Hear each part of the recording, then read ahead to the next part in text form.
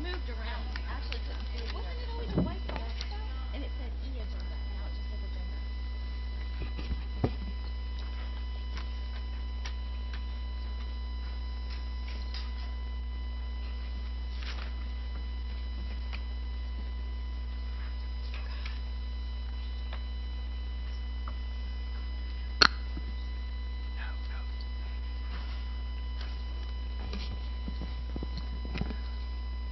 Okay. Welcome, everybody. I'm going to ask the superintendent if he'd like to open this with our invocation and Pledge of Allegiance. Bow your heads with me if you would. Heavenly Father, Lord, we thank you for this evening, Lord. We thank you for a chance to come together and look at things, Lord, through a lens that will benefit our students in Clay County. We thank you for the families here, Lord. We pray that you strengthen them. Lord, a lot of people are having hard times at the moment. We pray that you meet those needs at their greatest point. We pray that you be with our students and our teachers, our support staff, administrators, everybody that makes up this Clay County School District and makes it so good, Lord. And I pray for your protection over them, Lord, for your providence in their lives. Lord, may everything we say and do here be pleasing to you tonight. We pray this in your Son's name, Jesus. Amen. Amen. I pledge allegiance to the flag of the United States of America and to the republic for which it stands, one nation, under God, indivisible, with liberty and justice for all.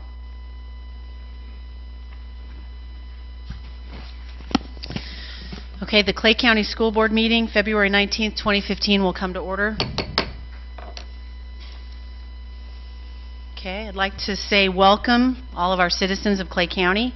I want to take this opportunity to thank you for taking the time out of your busy schedules to attend tonight's school board meeting.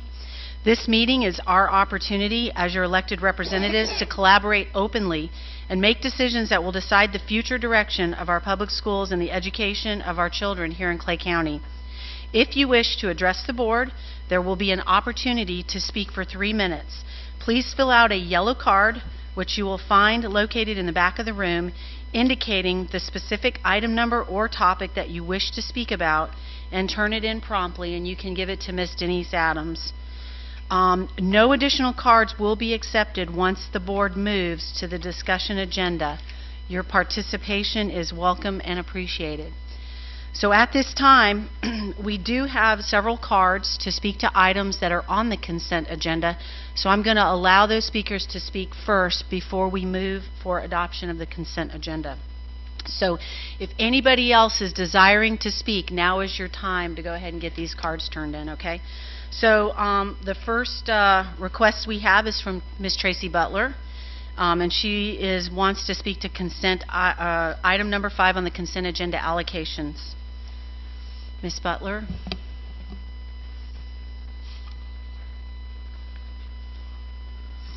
Thank you. Tracy Butler. Address is 12570 Cache Drive, Jacksonville. I'm here tonight to talk about the allocation cuts that we have that are being proposed on the consent agenda. I've got a lot of concerns, as do my colleagues. The cut in the allocations is basically a reduction in force. We are glad that these positions currently have no people attached to them, but we still see this as a reduction in force. One of the big concerns that we do have is that this is going to affect the morale of our current employees, because whether or not we have a person in this position, that work still has to be done. If you have a school that has 5 custodians and you decide that you're only going to place 4 and 1 is going to be cut, the work for those 4 custodians was previously the work for 5. Same goes for a teacher and a teacher's aide. The teacher who is going to be without that, especially an ESE aide, is going to find that her work or his or her workload has doubled. So we have great concern about this. We have a couple of questions for you. What are we going to do about this? How long will these cuts be in effect? Do we foresee that we will be getting these back into the budget for the coming year? So we would like to know also how long we're going to have to live with these. Thank you. Thank you. Okay. Next item is Ms. Renalee Paiva, and she is actually going to speak to 2 items. I'll give you 3 minutes for item 5 and 3 minutes for item 6. There you go. I don't even think I need all that, Okay? but we'll see. Renly Paiva, I'm speaking on the behalf of the CCEA. We've gone around and around with these allocations, and I can say ditto to what Tracy said on we realize there's no people in it. We are extremely concerned of the intent here, the intent of class size, how it affects class size. I know we're a district of choice, and I've been told we're a district of choice, which means that we can just do class averages. But I think the people of Clay County deserve a little more. We deserve to have class size adhered to. And I don't know where the cuts come, or I know we're in financial difficulty, obviously. Tonight I'm going to sign a contract, hopefully, that's got no raises for the teachers in it, got any raises for the teachers in it. And so the CCEA is very well aware of our predicament. But the CCEA, under no pretense, is ever going to adhere to a policy that does not put the class size first. We believe that every one of those children deserve to have their teachers. We don't believe we should have grade 4s at 26 in a class or 27 in a class. Mrs. Adams wanted to correct that and make some adjustments to that, and the teachers were like, at this point, no, don't touch them. They're mine. And that's what teachers do. Teachers are going to do exactly what you ask, and yes, I remember, I've been in this profession a long time. I remember 35, 36 kids in a class. You know, I personally remember having 56 in my grade 5 class when I was a child. But the world was different then. And I really want this school board to advocate for staying with the class size. Our contractual language actually says to adhere to the Florida class size. You know, I don't buy in this school of choice stuff. I really don't think we should put ourselves in that situation and go down that road. That opens it up to huge amounts of kids in classes. And I know other districts do it, and they're not successful in doing it. So that's basically what I'm asking you. You want me to do the other one? See, I was only 2 minutes and something.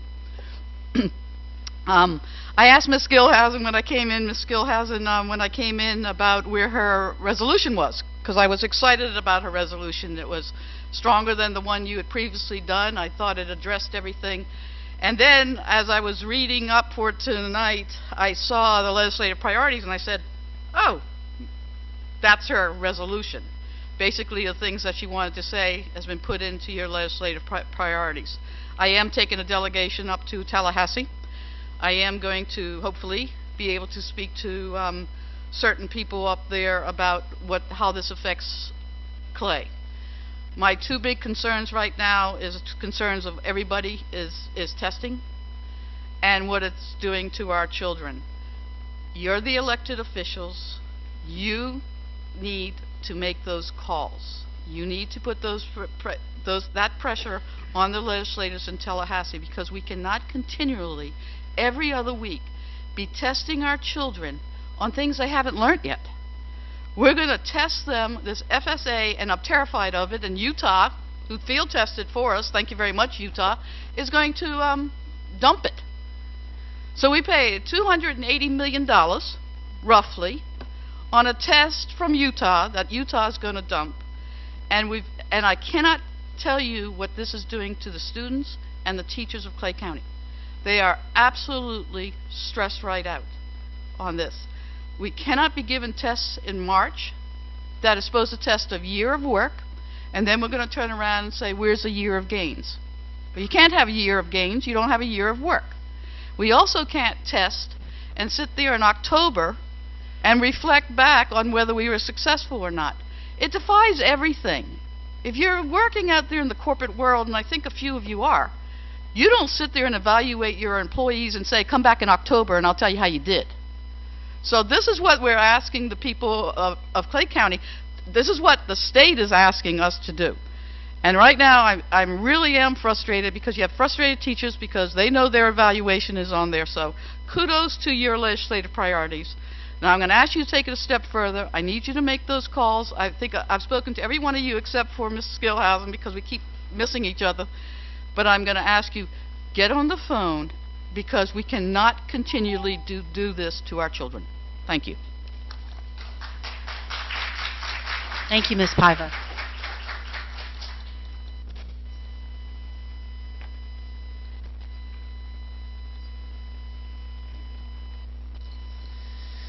Okay. Next, we have Leah Norton, who will also be speaking on item 6, legislative priorities. Please state your name and address for the record.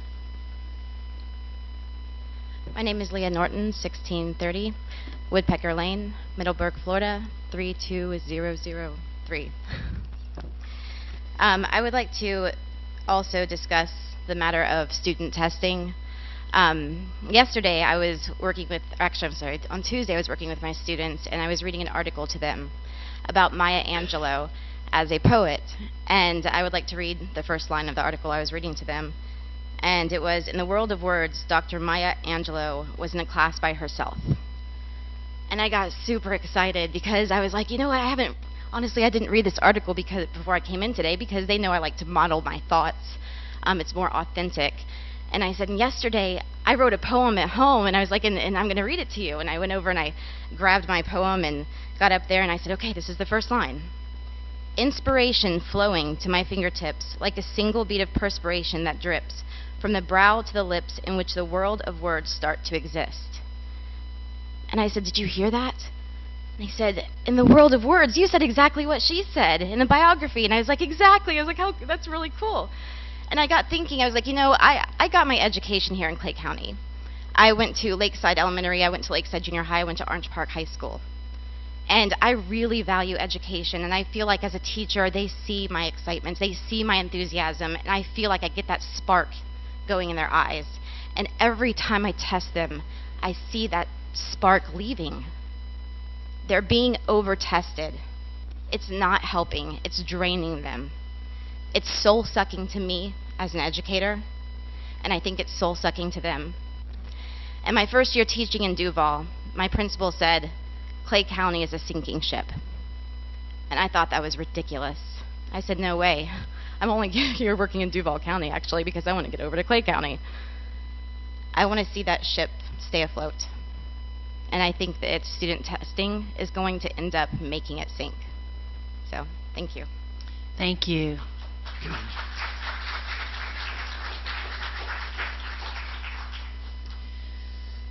Our next speaker is Elaine Neighbors.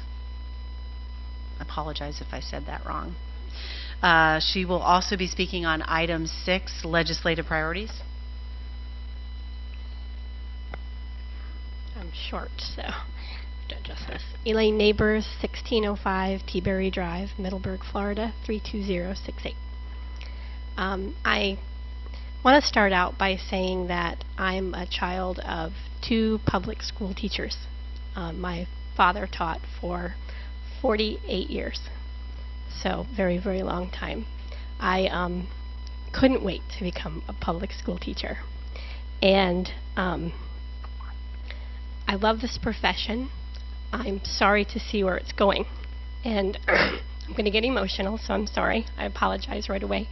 I want you all to realize how important it is for all of us educators, for the students, and for society as a whole, that we get back to teaching and we stop this ridiculous testing. I am evaluated on best teaching practices. You all rate me, actually my principals rate me, based on how well I'm accommodating the students and meeting their needs. This assessment is a one-size-fits-all assessment. It's not looking at best teaching practices. We have a disconnect. I want to get back to real education, okay? I want to get these children the opportunity that they deserve to have something better. What about the children who have a life that's not ideal? They come to school in shoes that don't fit, and their parents have no money. Public education is the reason that they have a chance. So come on, guys. I'm counting on you. Help us out. Thank you. Thank you.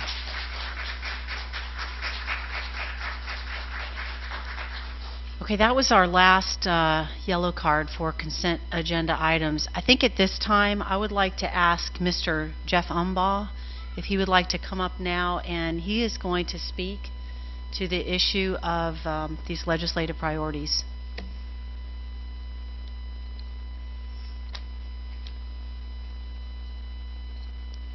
Thank you very much. Good evening, board members. The superintendent asked me to I'm take... sorry, could you please state your name and address? I'm for the- sorry, I'm Jeff Humbaugh. Okay. I'm the principal at Green Cove Springs Junior, which is 1220 Bonaventure, Green Cove Springs, 32043 probably. Thank you. The superintendent asked me to take 5 minutes and update you on the Senate Education Committee's meeting, which I attended yesterday. First off, let me encourage you to make that drive to Tallahassee sometime soon. The pine trees along I-10 are just beautiful this time of year. I hope you know I'm kidding. It's an awful drive. Don't really pack the kids up and go. I'd feel horrible if you did that. Yesterday, in their scheduled workshop, the Senate Education Committee heard public comments on 3 proposed bills, all of which deal with the subject of educational accountability. And they are Senate Bills 100, 616, and 774. The Superintendent and Instructional Division sent me to speak in favor of Senate Bill 774, at least some points from 774. But let me quickly try to draw a distinction between the 3 for you. Senate Bill 100 is a quick one-page bill that simply asks for testing to be limited to 10 days per student. Senate Bill 616 is sponsored by the committee's chairperson, Senator Legg, and focuses on various assessment accountability topics. Upon closer inspection, it's the harshest of the 3 bills, putting additional stressors upon districts and teachers. Senate Bill 774 is sponsored by Senator Montford and has quite a few provisions that the superintendent and senior staff found doable, and is the bill I was asked to speak in favor of there. The 3-hour workshop featured various speakers who addressed the committee, including several superintendents, the head of Florida's teachers union, principals, teachers, and parents. With the exception of a speaker from Jeb Bush's group, the vast majority of speakers were in favor of elements of SB 774 rather than 616. Not everyone who signed a card was called to speak, so I was surprised that I somehow made the cut to step up to the podium. The elements of SB 774 which I highlighted during my 2 minutes of fame were these. First, using the 2015-16 Florida Standards Assessment as a baseline only with no negative consequences for teachers or students. And since these tests haven't been field tested, everyone from kids to adults need a better handle on exactly what we're dealing with when it comes to the FSA testing before they attach consequences. Second, freezing school grades until we have 2 years of FSA data. Again, we think it's important that the tests be proven reliable before we assign school grades. Third, eliminating the 11th grade ELA test. Students take an important 10th grade ELA test which affects graduation, so there's little usefulness in an 11th grade test. And as proof of what a persuasive speaker I am, the governor issued a statement that very afternoon that he was in fact suspending the test. Yep. So if you folks would like to make a list of things for me to address in the future in Tallahassee, I'll take it and go. Okay? Fourth, reducing the amount of district-created end-of-course exams, allowing teachers to develop local assessments. It was probably a good idea at the time, but as the superintendent of Miami-Dade noted, it has left districts scrambling to create as many as 1,200 separate exams, which is, of course, both costly and time-consuming.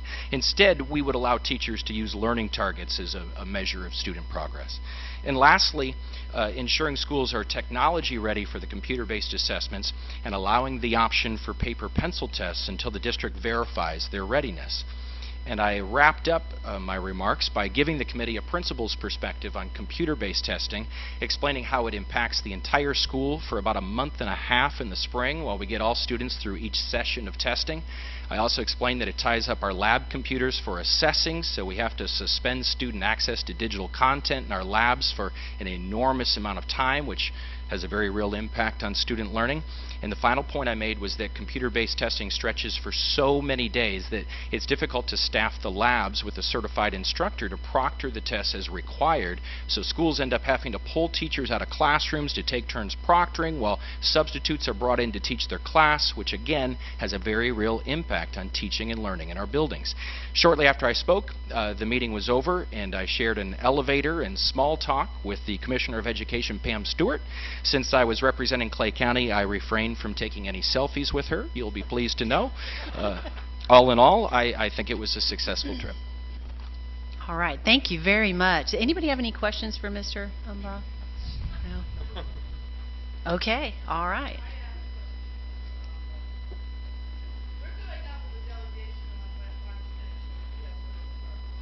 Okay. Shotgun. That sounds like a great proposal. All right, thank you very much. Okay, at this time, I would entertain a motion for adoption of the consent agenda.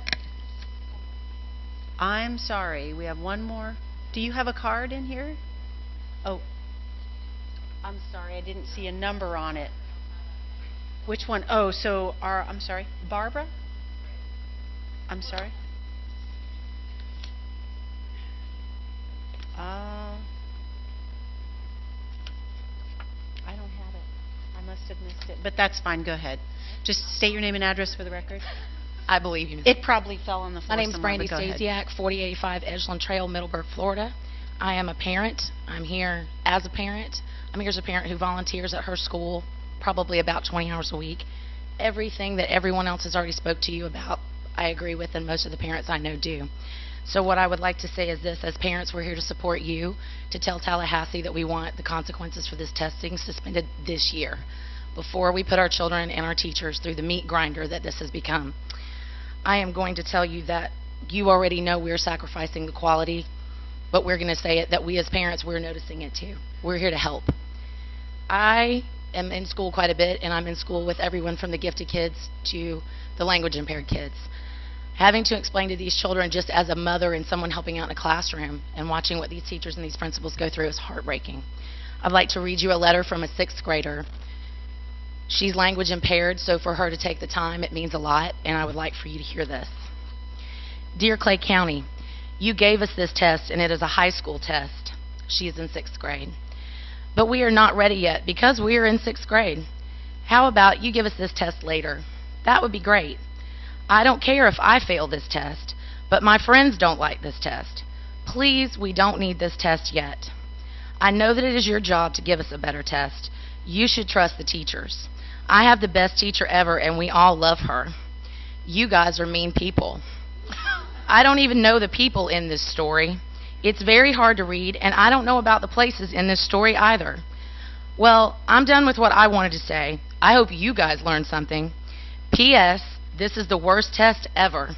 I want you to know that I wanted to rip up the test and throw it in a fire. Okay, I'm done. Sincerely, and I will give you her name for privacy reasons. For a 6th grade child who is language impaired, who struggles to catch up language-wise so that she can learn, to take the time to write this letter after parents and teachers have talked to her is amazing. Tallahassee owes us, the taxpayers, the services that we ask for. They owe us the funding to do it, and they owe us allowing the educators that have worked hard all their life to do this. They owe this to our children. They're not doing us a favor. Please continue your work and allow us as parents, tell us what you need so that we can support you, and allow Tallahassee to do their job as well. If you need our support, you have it. Thank you. Thank you very much. Okay, I'm assuming that's it. Okay, I will entertain a motion for adoption of the consent agenda. I move approve. I move approval. I have a motion for approval by Ms. Condon. Do I have a second? I'll second. I have a second by Ms. Gilhousen. Any other discussion? I just wanted to ask something. I noticed that there were a couple things that I thought that we might ought to, because we do have such a large audience here tonight, and it gives us an opportunity to maybe explain to them some of the things that have been going on. And I know our financial report is on the consent agenda, and also on this personnel consent. I had some concerns about that, and I know that those personnel allocations were, as Ms. Adams told me before the meeting started tonight, we're trying to recoup some money to get this fund balance back up.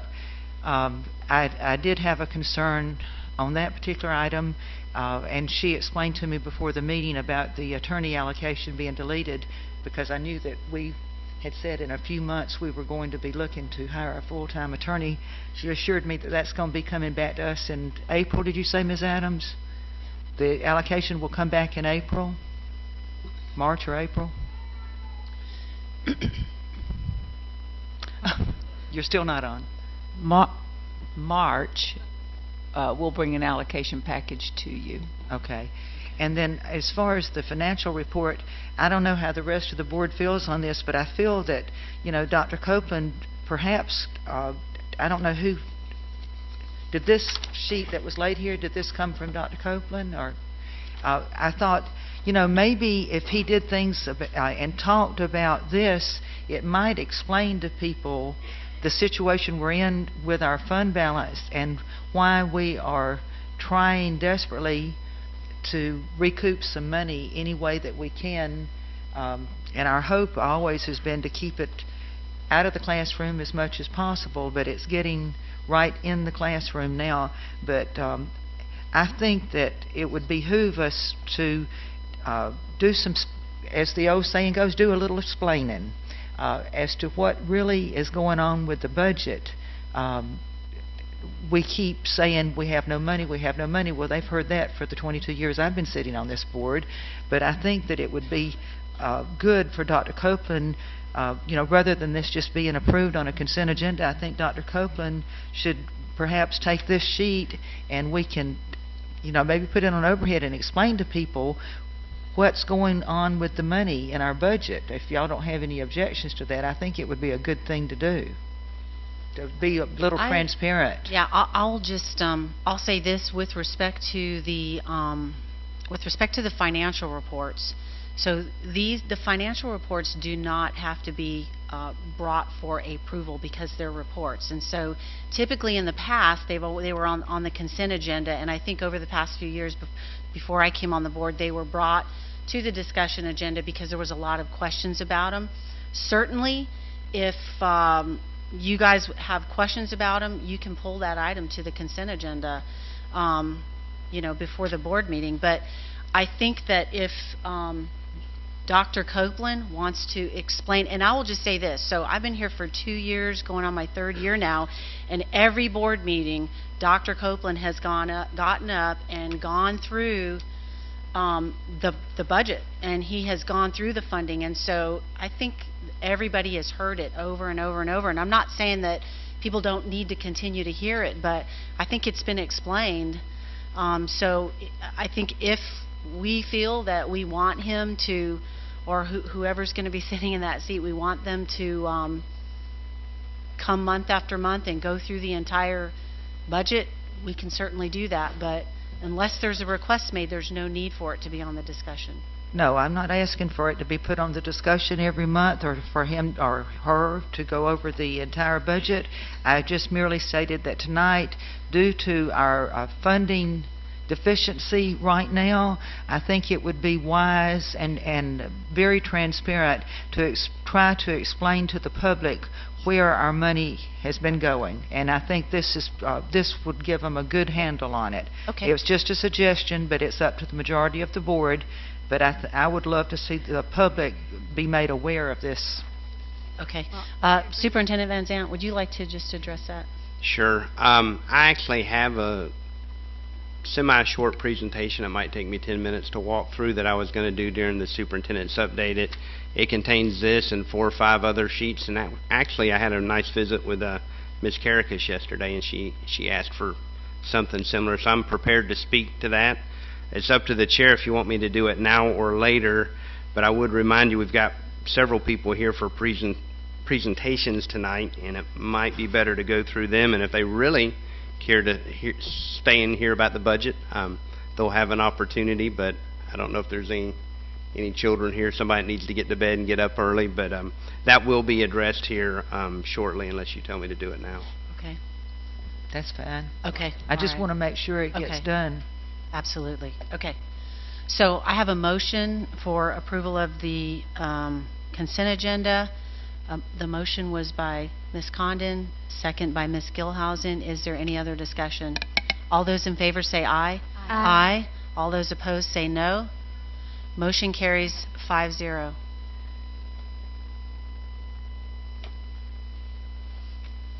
Okay, at this time, I'd like to move into recognitions and awards. And the first, actually, first, do you want to? Yeah, okay. We're going to have recognize the winners of the Jim Harbin Student Media Festival, Karen Robinson.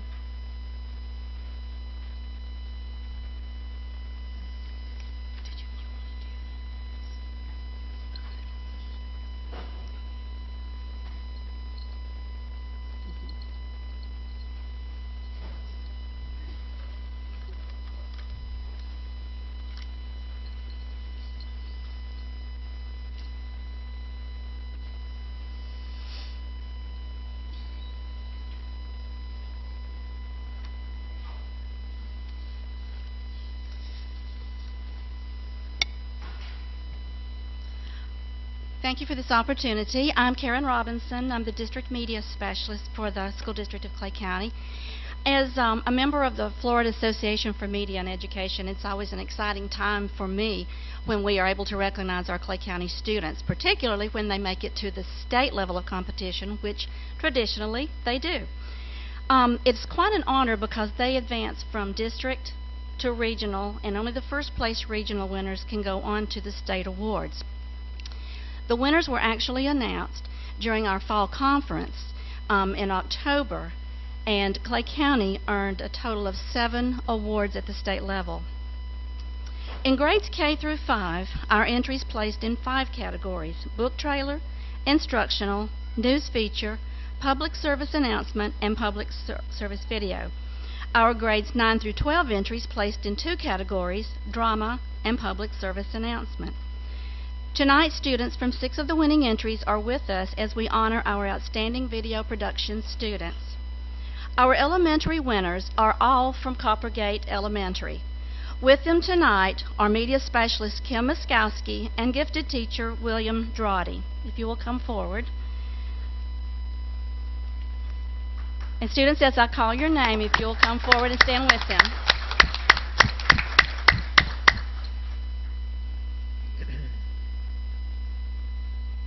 Winning second place for their public service announcement, Drink Milk Every Day, are students Lauren and Reagan Hughes.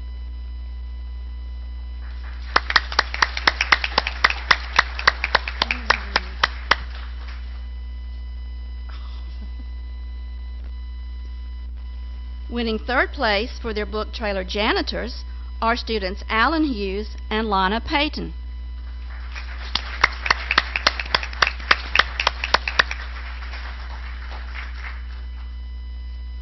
Winning first place for the news feature Africa is Food for Her Soul are students Nicole Laeza and Lindsay Sarkis. Nicole is with us this evening.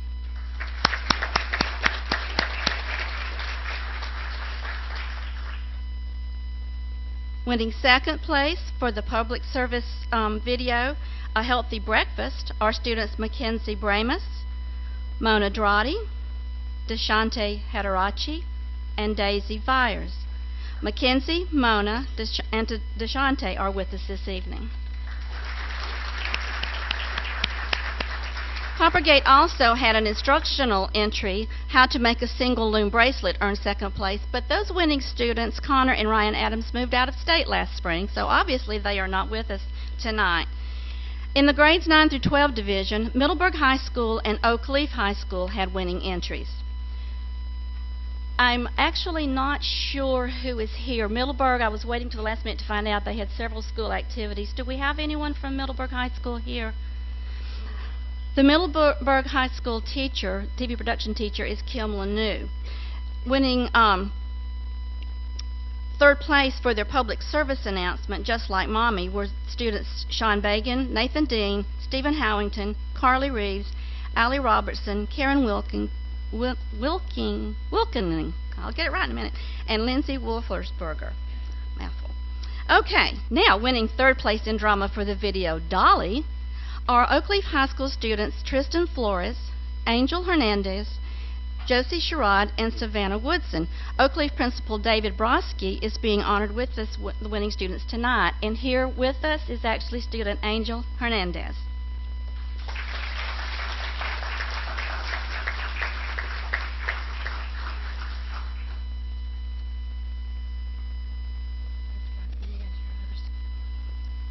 At this time, I want to share with you a 2-minute video featuring clips from each of the entries created by these very talented students represented here tonight. And I hope you will enjoy them as much as I did. And when you go home this evening, visit floridamedia.org and you can view the videos in their full length as well as our other Clay County entries. I guess I should mention too that we're getting ready for our next set of awards, so we'll have another group here hopefully next year.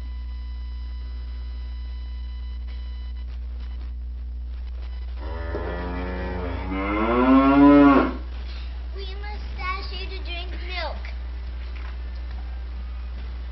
Milk comes on countdown.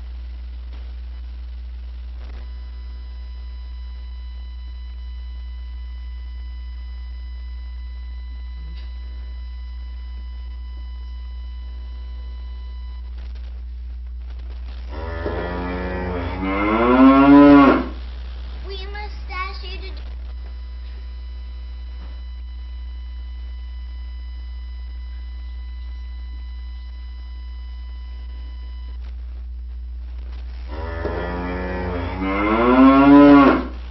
We must ask you to drink milk. Milk comes on cows that live on farms. Milk is sent to a factory, then a store. Yum, I love this sugary donut and soda for breakfast. I'm Captain Egg Protein. I am Queen Fruit Fibers. And I am Queen Milk Nutrient. Don't eat that bad breakfast! We are the Breakfast Superheroes! These are The top 5 reasons you should eat breakfast every day. Yay! Miss Roberts is an author and wildlife photographer from St. Simon's Island, Georgia, who visits over 40 schools a year in the southeastern United States. She's made over 23 trips to Africa, and her photography inspired her to write 5 books for children about different animals.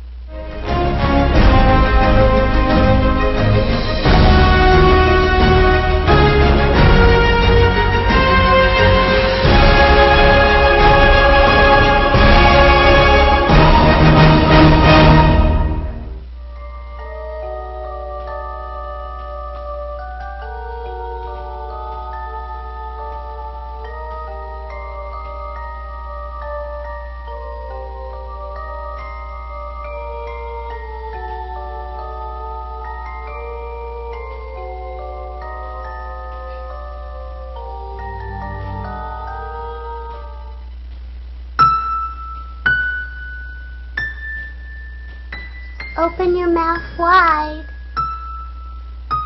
90% of all adult smokers started when they were children. Make a cloud.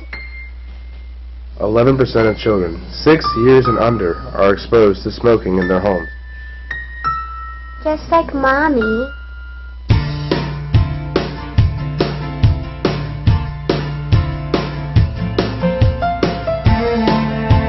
As you can see, we have some very talented students in our district, and very soon I'm hoping we're going to have some more state winners. And Ms. Miskowski is in charge of our district competition.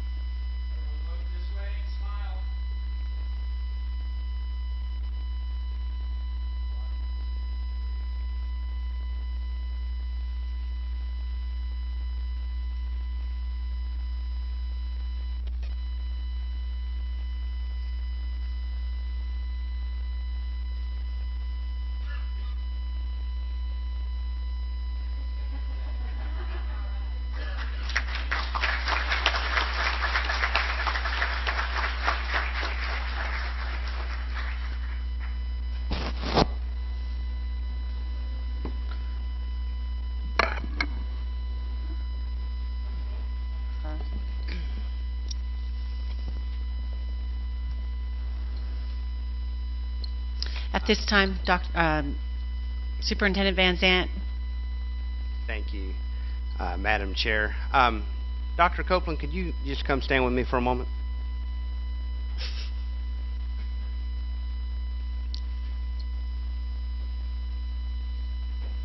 My friend Dr. Copeland is retiring here next month, He has served Clay County for 18 years as our Assistant Superintendent for Business Affairs.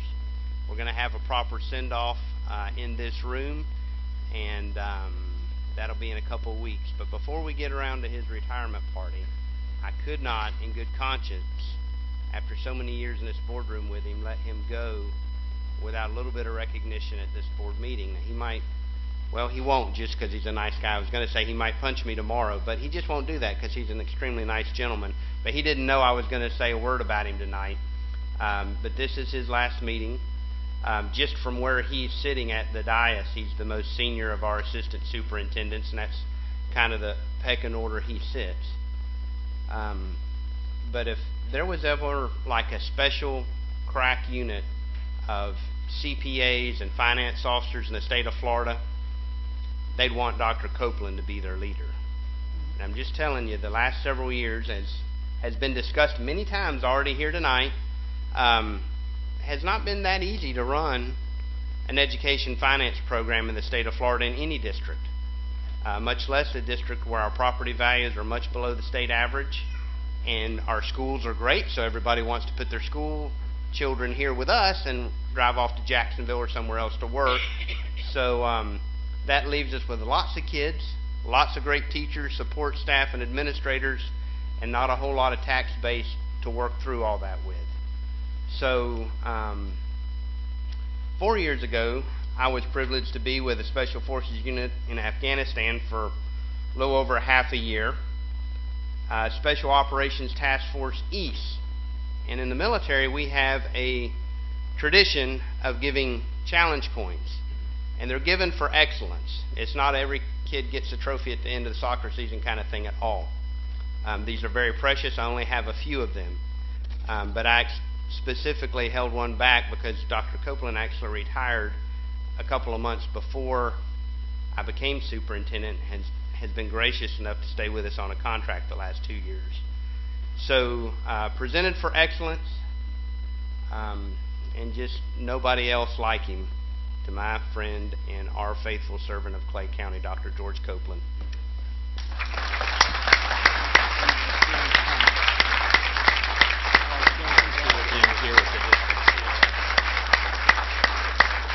You want to say anything?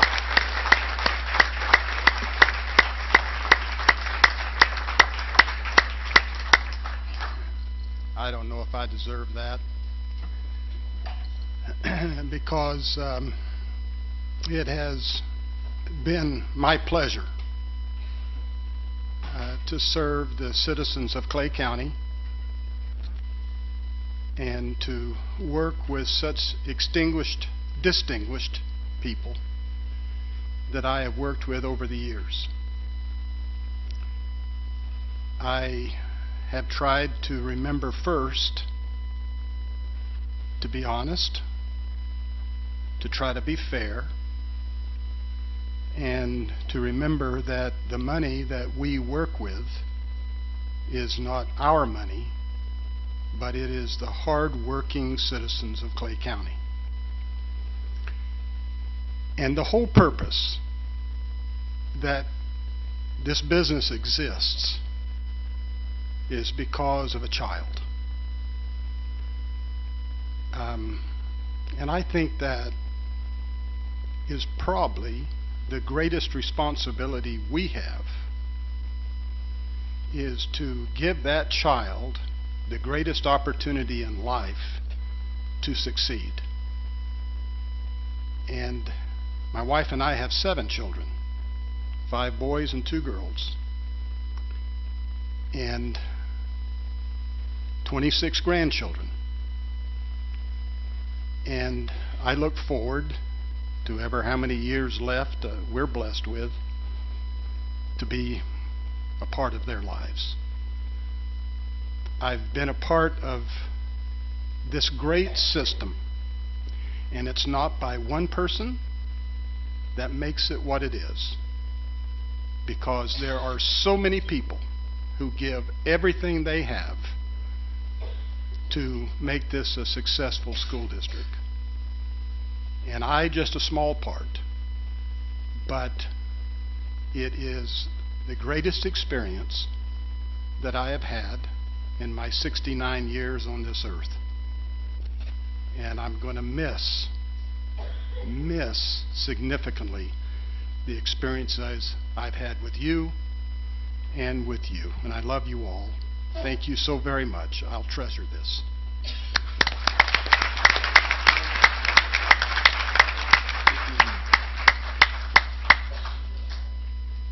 Let's not me break the camera.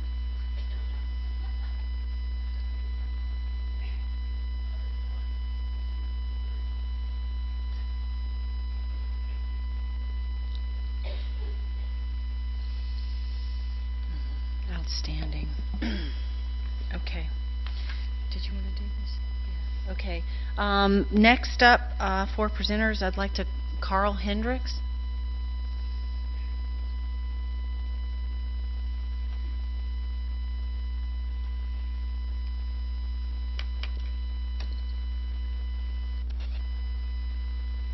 Good evening. Carl Hendrick, Director of Information Services.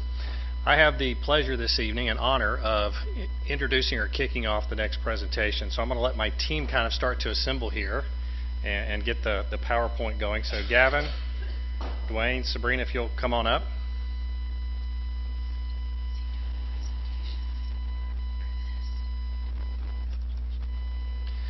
So our presentation this evening is part of what we're calling our communications plan, our communication strategy. And my first task is to give you a little background as we start this presentation.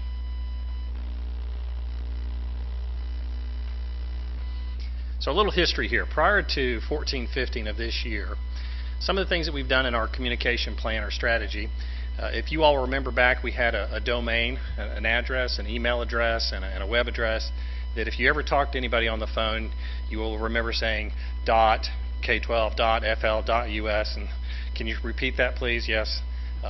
Well, we created another domain called One Clay, and that's really the vision behind what we're doing in our communication strategy. The next one, of course, we moved our website and our email over to that same domain. One of the first elements that we moved under the domain was our Focus portal, which is our student information system, a way for parents to log in and check up on grades and attendance and all those wonderful things that students don't like for parents to check on. We also opened up an employee portal underneath that same domain. This allows our employees to check on things such as leave balance and payroll, download W-2, W-4 forms.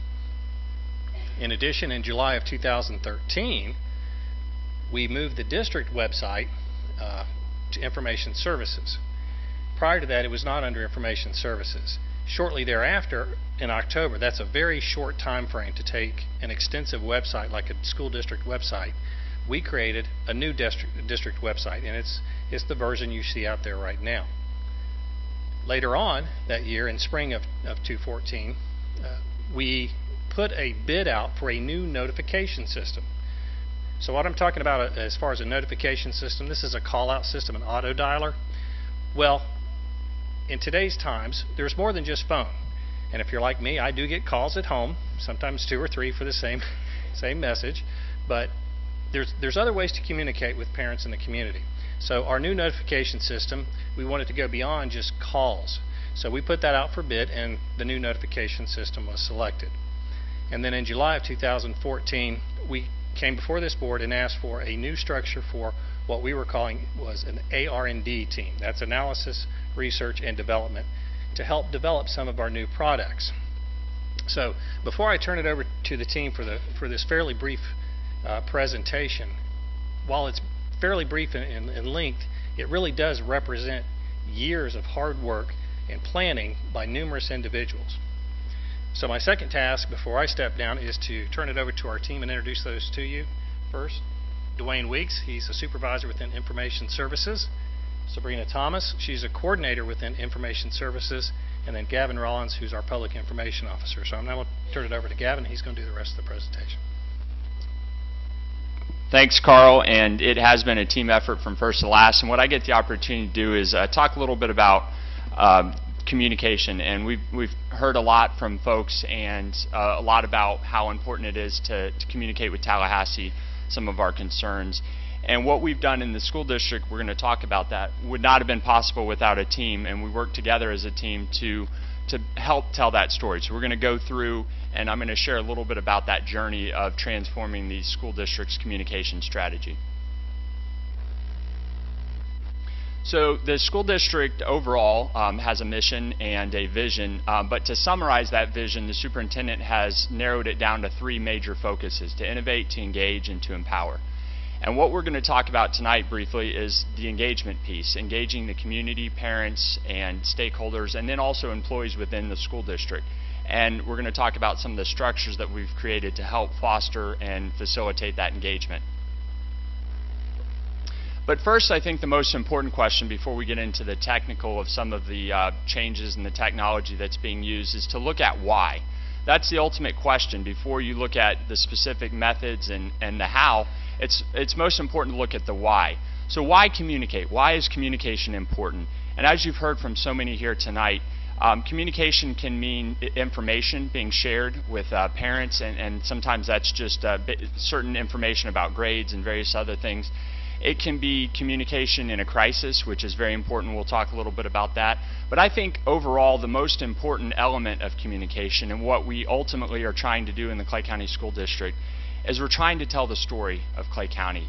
And what is so special, as Dr. Copeland alluded to and talked about, as we saw with the students who came here for the Jim Harbin Awards, all of us, I think, have had the opportunity, or most of us have had the opportunity, the educators in the room, and then the school board members, you've taken tours of schools, you've been to events, you've seen spelling bees and various other things, and you've gotten to see sometimes inside of a classroom, and you've gotten to see that amazing story of a child, whether it's, I think of Josh Brown and the spelling bee, and we got to see him develop over the years and then win the spelling bee. We've gotten to see a student who starts out as a kindergartner and goes all the way through. I was talking to Mr. Williams. He was referring to, in a video interview we did, a story of a girl named Joy who he ran into at Orange Park High School, and then later down the road she's now in medical school. But not only that, it's not just the students. We also have amazing teachers, and that's where, if you see up here, we have Clay County teachers are ranked 8th in the state. Clay's graduation rate has increased 7%. You have Katrina, who is a science whiz at Middleburg High School. She placed 1st in the state in chemistry, doing some amazing things. We have a Southwest Airlines pilot who's explaining to students in that picture. So there's amazing stories, amazing things are happening throughout Clay County. The challenge is that we have 200,000 people in our community. It's impossible for all 200,000 of them to tour the school and to go in every day and be a part of the education journey. So what we have set out to do, the why, the ultimate, is we've set out to create a window so that the community, parents, and even the employees can see what is happening throughout the district. We have 41 schools, so there's a lot happening, 35,000 students, 5,000 employees. It's a big district. And so what we've set out to do is create that window, so not only can school board members and the community, but parents and teachers, we can see what's going on. And it's been neat throughout this journey, I think, for all of us to see, as we've seen what's happening around the district, and it gives principals the opportunity to see what's happening at other schools and that type of thing. So that's the why, and we're never going to lose sight of that. We're going to focus on the why and keep that the main thing, but the how is also important. So you have a message, and we've talked about that. That's the story of the Clay County School District and the amazing things happening, and then some basic information that needs to get out to parents. Then you look at the method. The method is what is critical in getting that message out to ultimately have an informed audience.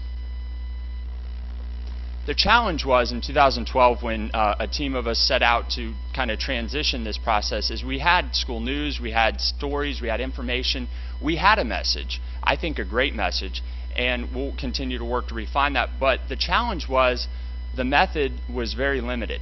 We really ultimately had very few means of communicating that message out. We had the media, and the media is a great partner at times, but as I think we all are aware, the media likes to focus on controversy, sensation.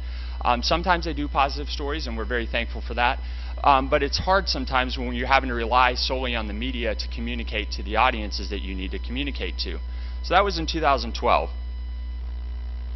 Now we have the opportunity to take those great stories, and we work with the media very closely. We use them as a partner and work with them closely, but we also have the ability to directly communicate to the audience. That's a mother at Fleming Island Elementary, and that's a picture of a Memorial Day ceremony at Charles E. Bennett. That's the audience. And now we have the ability to directly communicate. So I'm going to go through some of those technologies that give us that amazing ability to directly communicate the message of the school district to the audience that's most important. In 2012, this was our website. And now in 2015, this is the Clay County School District's website.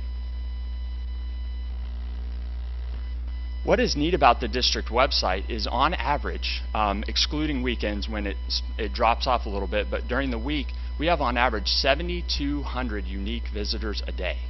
That's amazing. That's an amazing platform.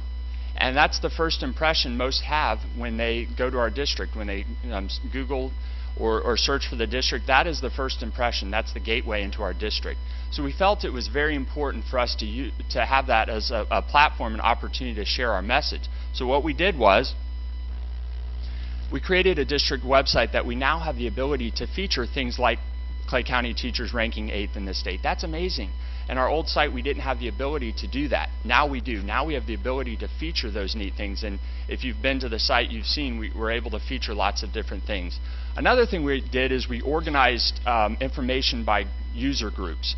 So I use the analogy of a house and furniture. If you go into a house and there's many rooms, if you throw all the furniture in the living room, it gets kind of crowded and probably be a chaotic house. And so what you do is you have furniture in different rooms depending on the need. And that's what we've done, is we've organized information. Instead of throwing it all on the home page, we've organized information based on who the user is. So if you're a community member, you might not need to know, you won't have access to a child's grades. But if you're a parent, you need access to that. And so that's where we created the district site in a way that it organizes based on user group. One of the things, as Carl talked about too, is we worked to create a portal. And one of the neat things that came out of the employee portal, which is now where most of the information that is pertinent to employees is stored, is we were able to go paperless in payroll. Before that, we were using 10,000 pieces of paper a month to print and do payroll processes.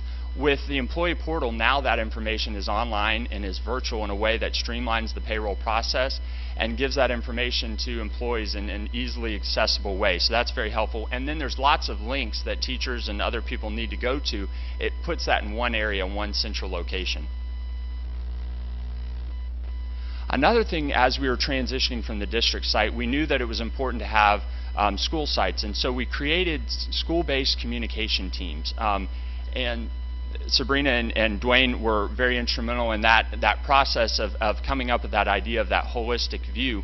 What we wanted to do is standardize across the district and empower those communication teams. We wanted to train, make sure that that training was there, and then decentralize that back so they could communicate out to the parents and the community members surrounding their specific school. The goal was to give the tools necessary to do that. So, as we created those communication teams, before we had a lot of different shapes and sizes in 2012. We had silos in terms of the school sites. Some of them were created by people using their own domain names, using their own resources, but the sites were housed at the school. So to update it, you had to actually go to the school and update it, which made it very difficult in terms of crisis situations. So, and in a sense, it was a person standing alone on the website. Now it's connected in such a way as to where all the schools are uniformed, and there's the ability in a crisis for the district to step in and help update those if necessary, or like we saw with Oakleaf, if a website is hacked, we can immediately shut it down. So now there's standardized navigation for every school. All 41 schools are all on the same page. And we don't want conformity. What we want is standardization, but creativity in the stories that they tell and the way they express themselves. As you see, they're different colors, but it's a standard. So if you have a child at an elementary school and a high school, you're not trying to switch from two different versions of a navigation system. Another thing is it's mobile friendly. We understand that that's where most information is going, and as we'll get there in terms of what we've done on the mobile side of things. Another thing that we saw, and I alluded to, is that it's vital that we have mobile ability to update communication information. So I'll just walk you through one scenario. Plantation Oaks Boulevard, that road was closed, and some of you here probably experienced that. That happened after hours. We got a call, I think it was around 5 o'clock, and most of the people were no longer at the schools that were affected. And so, although that it was an after-hours activity, we had to notify parents and have them aware of that by the next morning. And so we sprung into action, but we were able to update our Facebooks remotely because that's all under one umbrella. We were able to, if necessary, we would have been able to update the website. We were able to use the parent notification function, and then also able to work with the media and do a media release remotely, and they cooperated and helped us get that information out there. Another thing we did is create social media as another method of communicating the message out there. We created an official Facebook presence, and underneath that umbrella all the 41 schools exist, and we gave training in terms of proper procedures. And I know there's a lot of nervousness around Facebook, and there are dangers to social media. There's dangers to the internet and the web. But I was reading, it was actually the National School Board Association, they were talking about the importance of us as, or the education world and educators modeling the correct behavior of social media.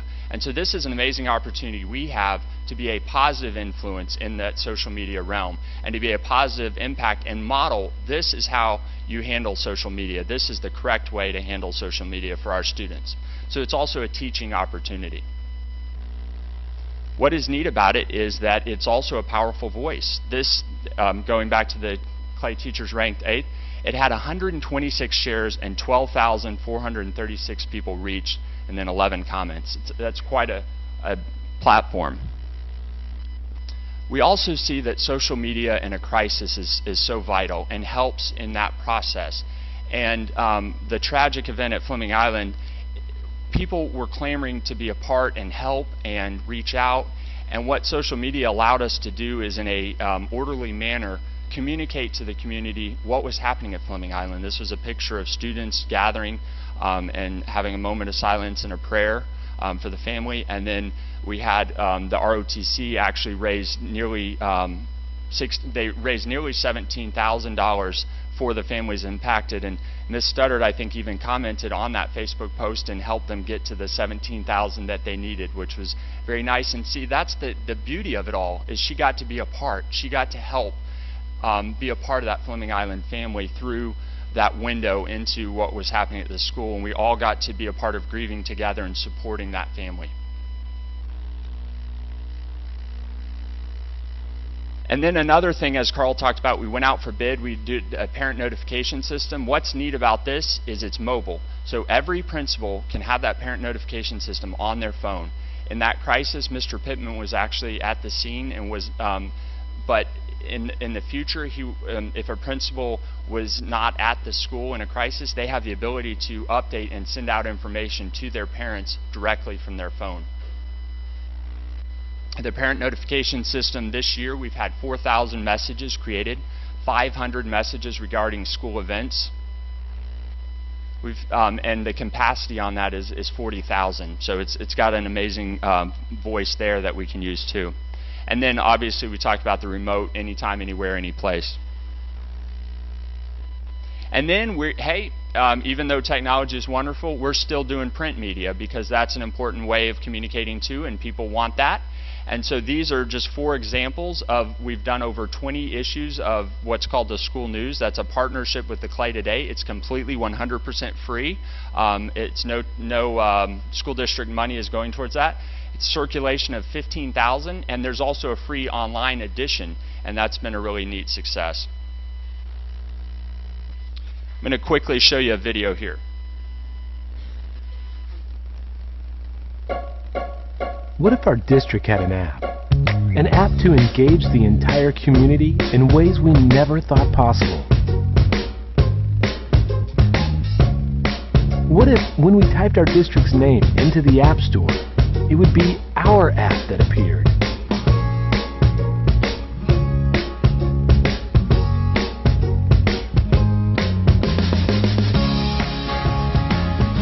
what if we could personalize the newsfeed to see only the schools that matter to us?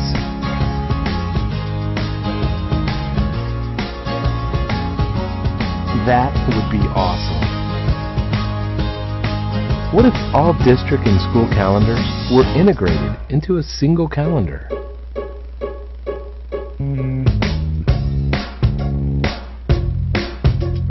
And what if we could add school events to our personal calendar? Never miss a parent-teacher conference or an early out, because all this info could be found in one easy place.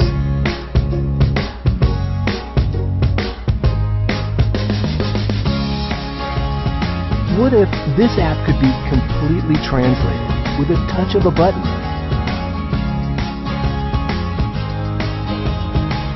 Gracias.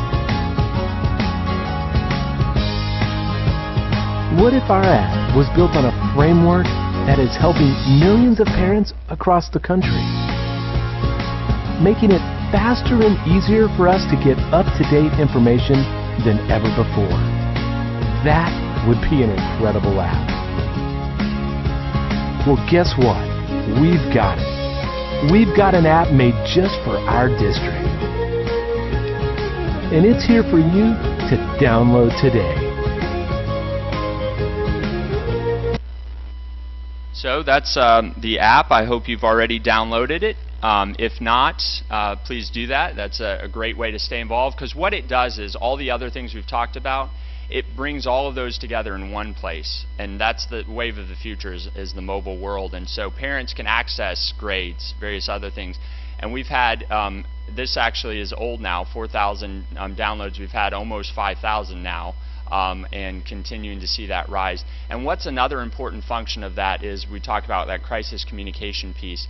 When you have the app, you can opt in for your child's school notifications. So when the crisis happened at Fleming Island or Oakley, for various other schools that have had challenges that they needed to communicate with parents, they can send a push notification. So if you're a parent and you're at work, you're able to see that push notification if you have the app. And you'll also still get that voice call, but you'll also have that push notification. So wrapping this up and pulling it all together, we now have multiple channels. So for instance, when we wanted to promote the app, what we were able to do is we were able to promote it on our website, 7,200 unique visitors a day. We were able to post it on our Facebook page. We had almost 10,000 people view it there. We were also able to advertise it in the school news, 15,000 people in that circulation. We did an auto call home through the parent notification system, and almost 35,000 people got that call. A flyer went home with students through their school, and then we also sent an internal email. And then we also had the media actually was very helpful in that process. Action News did a story on it, and we saw the download spike after that story. And so it was a partnership of all the different methods of communicating out. Why is it important? Why is all this important? Well, district accreditation's coming up. Standard 1 is purpose and direction, or purpose and vision. And we did a survey of employees and various community members, and the #1 area we were rated in is vision and purpose, and people's understanding of that, and that's communication. So that's an important thing, and we're seeing it have a positive impact. Also, we're gaining a reputation for innovation. Robotics Revolutionizes STEM, that was in a national district administrators magazine, which is a national magazine, and it was highlighting how Clay County is leading the way in STEM education through our robotics program. There's another article behind there, you can't see, the grants is blocking it, but printing another article about STEM that was in a national publication. And we've gotten media inquiries from Boston recently, and they said that they were able to see through our website and various other means that we're doing great things and kind of cutting edge, and so they wanted to do a story on us. They're going to be doing one in the near future. And then Sabrina actually today got a call from Weebly. They're the site we're using for our school sites, and they're out of California, and they're going to fly from San Francisco. We wanted to fly there, but district money wouldn't allow, so they're going to actually fly here on their dime completely and do a story on Clay County and how we're using communication and revolutionizing communication. And then, of course, Kathy Schofield and others are in here. Grants. Grants are so important, and when we're communicating effectively, we're able to get millions in grants and that type of thing. So that's why communication's important. And ultimately, it's about the empowerment of the student. Whether it's the academies of Clay and working to create relevance for students, or seeing our graduation rates rise almost 7%, that communication, internal, external, in the community, it's engaging people and it's helping and it's making a difference. So what does the future hold? Whether it's print media, whether it's social media, whether it's videos, we're working to continue to refine the message and package it in a way that is exciting and relevant. But regardless of the method, whether it's cave painting or whether it's the next technology we don't know that's been created, we will still remain focused on the most important question, the why, which is the children, and telling the amazing story of the Clay County School District. Thank you.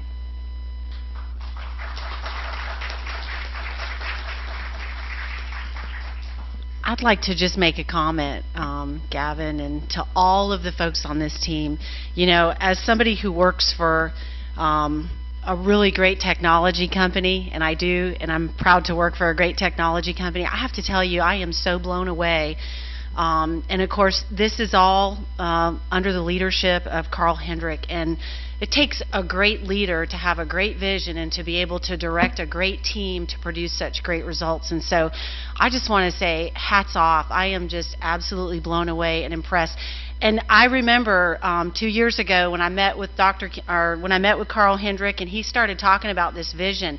And it's just so inspiring to see how I heard about it in the beginning, and then we've seen it all roll out. And I know you guys are going to continue to do great things. So just, that was fantastic. Congratulations.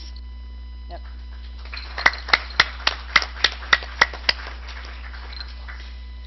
Okay. Next, we're going to have some we have some proclamations and stuff to give out. The first one was the Ford Next General Learning High School Academy update. The gentleman who was going to be giving this, Tom Besaw, was not able to be here tonight. So the next four presenters each want to say a few words about these proclamations. Under the consent agenda, the school board just approved resolutions or proclamations in support of their programs and organizations. So we're going to start with the first one, which is Career and Technical Education Proclamation. That'll be Cherie Stewart, Director of CTE.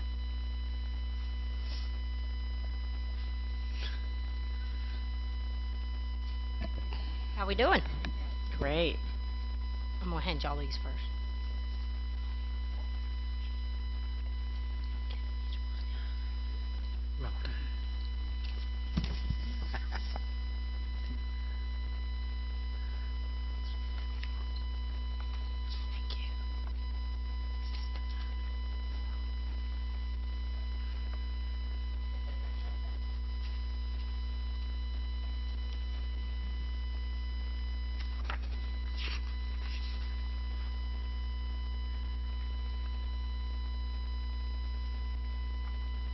Here in the proclamations are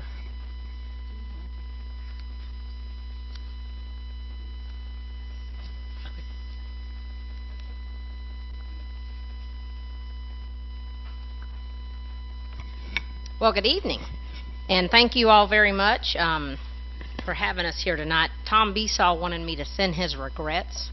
He called me today, I guess about lunchtime, and said he was going to try to be here.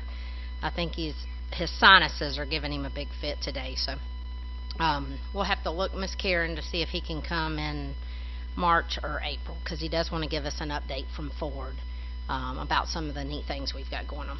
So real quickly, this is CTE month, February CTE month, so I'm going to read the proclamation, and just want to say thank you to this board and this school district for their support for our career and technical education.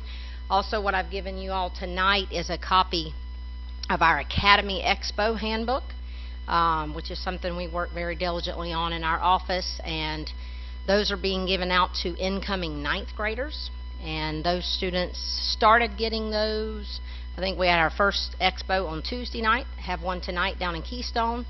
On Tuesday, this coming Tuesday, and by the way, all these dates are in this handbook. On Tuesday, they are at 4 of our other high schools, which is Ridgeview, Middleburg, Oakleaf, and OP.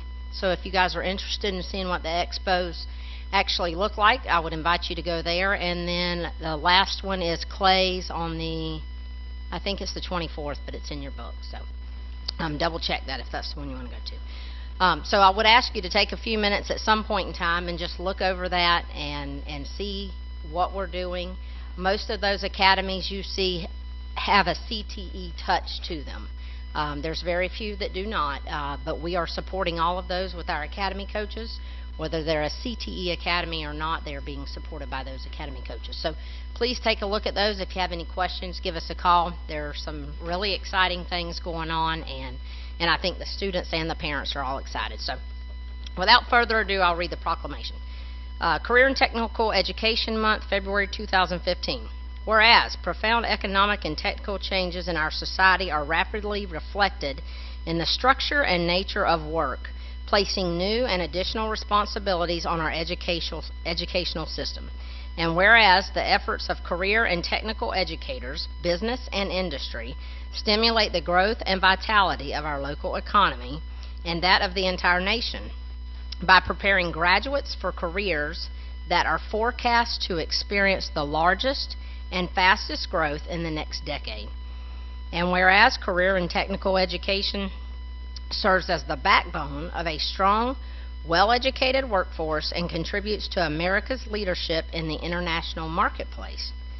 And whereas career and technical education provides Clay County students with a school-to-careers connection, helping students experience practical and meaningful applications of any number of skills.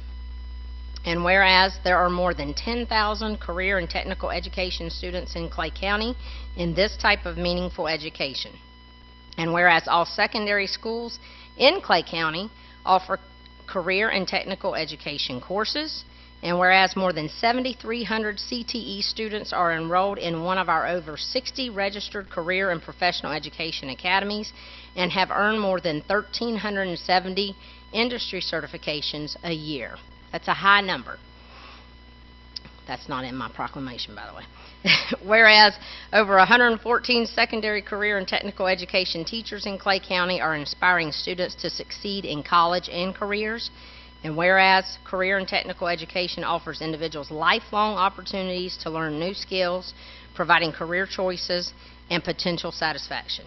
Now, therefore, the Superintendent of the School Board of Clay County, Florida, does hereby proclaim February 15th as Career and Technical Education Month. And you guys have already signed this, so I'm going to give it back to you. Any questions?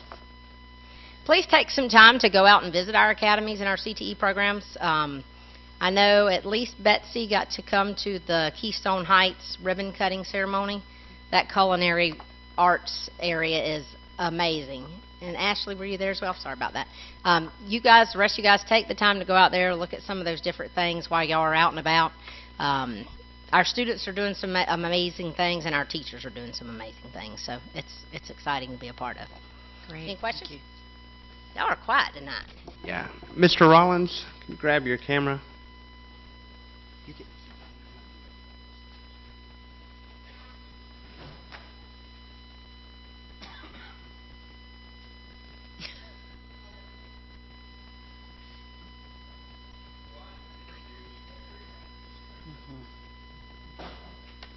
All right, thank you.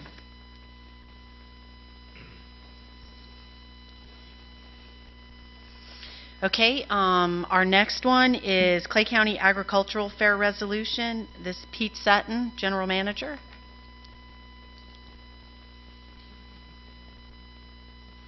Thank you, Madam Chair and school board members and superintendent. On behalf of the Board of Directors for the Clay County Agricultural Fair, I just want to thank you personally for your support.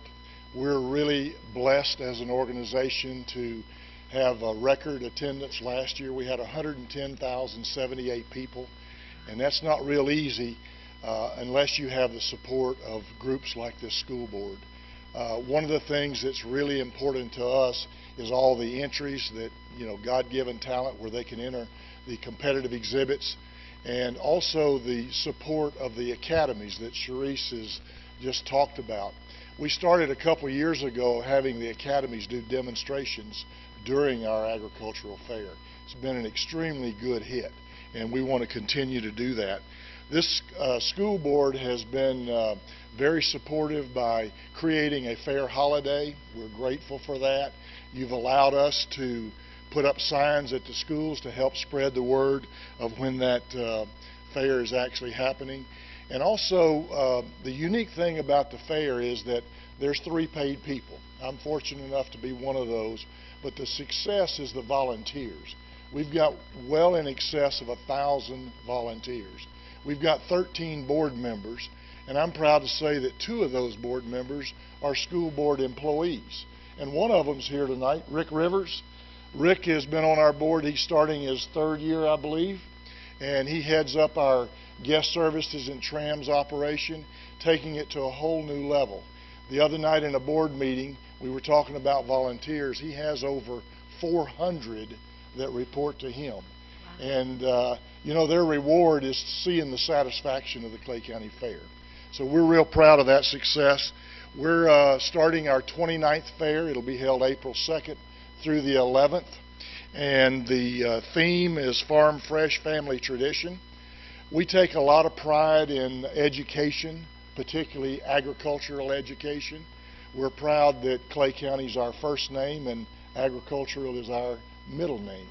But we're proud of that fair and the support that you give us.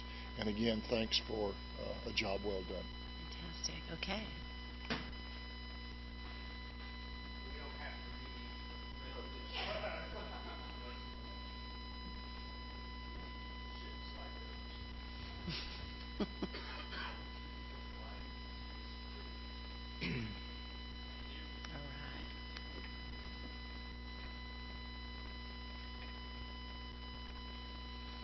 Okay, our next one is the Village Improvement Association, Ms. Clara Freeman. She is the VIA historian.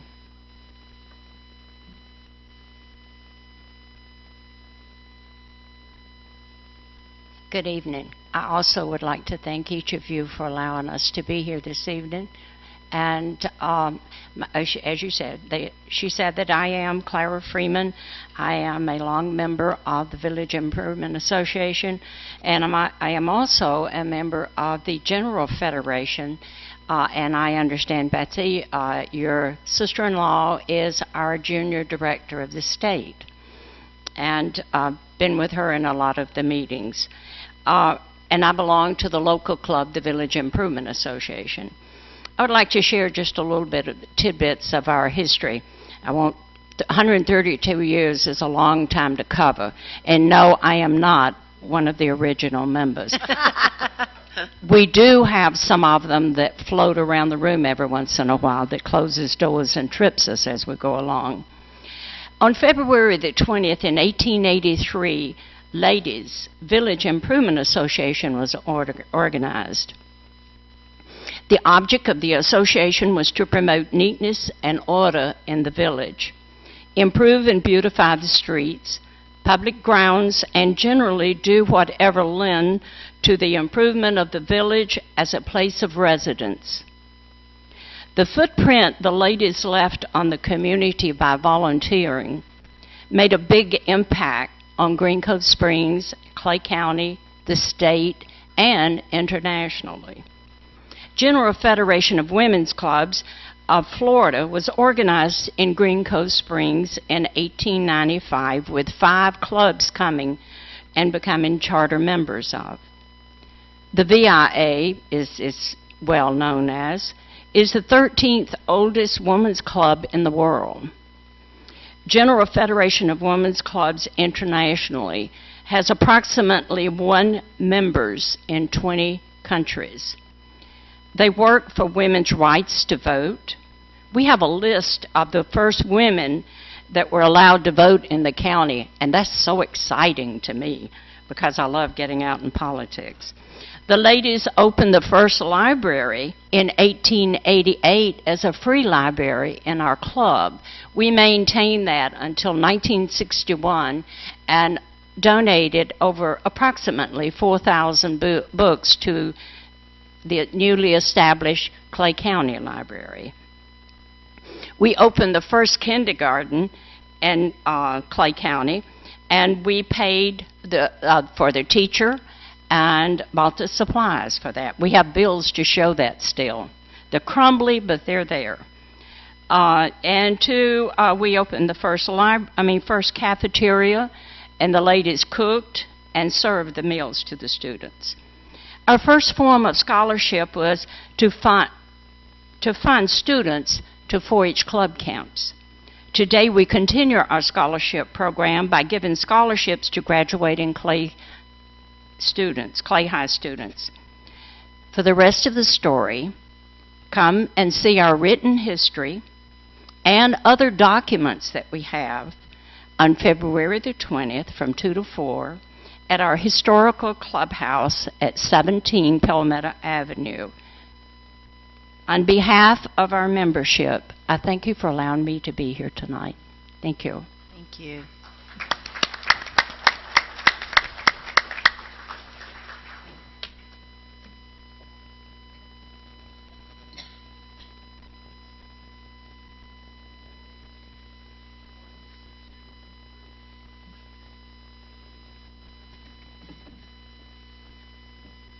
Thank you. Okay, our next, and I believe our last resolution or proclamation was for Take Stock in Children. And John Wakefeld, who is a college success coach, he was going to be here tonight to speak to this, but he is unable to make it. And so I just want to read this statement on behalf of Take Stock in Children. Take Stock in Children was established in 1995 as a nonprofit organization in Florida, so they're celebrating a 20-year anniversary this year. Take Stock provides a unique mentoring opportunity on the principle that given extensive support, motivation, and accountability, children will work hard to ensure that they graduate from high school and attain a college degree. They offer students college scholarships, caring volunteer mentors, and hope for a better life. Their services start in middle school, continue through high school, and include their transition into college. And I know there's a lot of people that are in our district here that are mentors, and I think Miss Studdard is one as well. And so, yes, on the board too. If you'd like to just say something also on behalf of Take Stock in Children, yeah. The Take Stock, we don't call it a board of directors, it's called the Leadership Council, and I've served on it for more years than I can count. Ms. Karakis has been on it the last couple years, but I did want to say this is a mentoring program, and a child who enters the program, if they keep their nose clean, drug-free, do their work, when they get out of high school, they get a scholarship to go to college. And it is a great way, and it has turned many students' lives completely around and given them such a great chance to have a very successful adulthood. One thing that we need right now is in several of the schools we still need mentors. So if any of you are interested, you meet with the student for an hour at a time, and it is a great opportunity. A lot of the mentors will stay with a student from 7th grade through 12th, and they really almost become family. It's a beautiful thing to see, and we also are looking for 1 or 2 more people to join on the Leadership Council. We meet once a month to just kind of oversee the whole program. But this is a wonderful, wonderful program, and if you've ever feel that you can give just a little bit of time, mentors would be greatly appreciated. In all of our in our high schools and junior highs, we can certainly get you hooked up. Thank you. Okay. Good, a little plug there. I said, we've been looking for mentors. You may have seen it in the newspaper. Yeah. Okay. Great. Okay. Next item up is our scheduled citizens request, and so we have Speaker Joanne Denmark. But before you come up, we have several people that want a 3-minute to speak to that. So we're going to bring those folks up first, and the first person that I have here is Amy Page.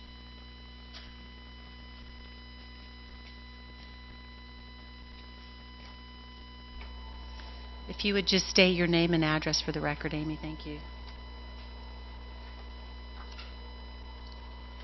My name is Amy Page. I live at 1975 Cloister Court, Middleburg, Florida, 32068. My daughter is in the 4th grade and in the gifted program at Orange Park Elementary. Her homeroom teacher resigned for health reasons, and the position was frozen. Her gifted teacher, with whom she had math, left for a position at a different school in the county, and that position was also frozen. Like many of the people here, I think, I resent initially being told not to contact the district offices, that this was not a county problem. This is a county problem. The problem isn't with the teachers. The problem is that the people being affected are the children and the teachers. And this isn't a new problem.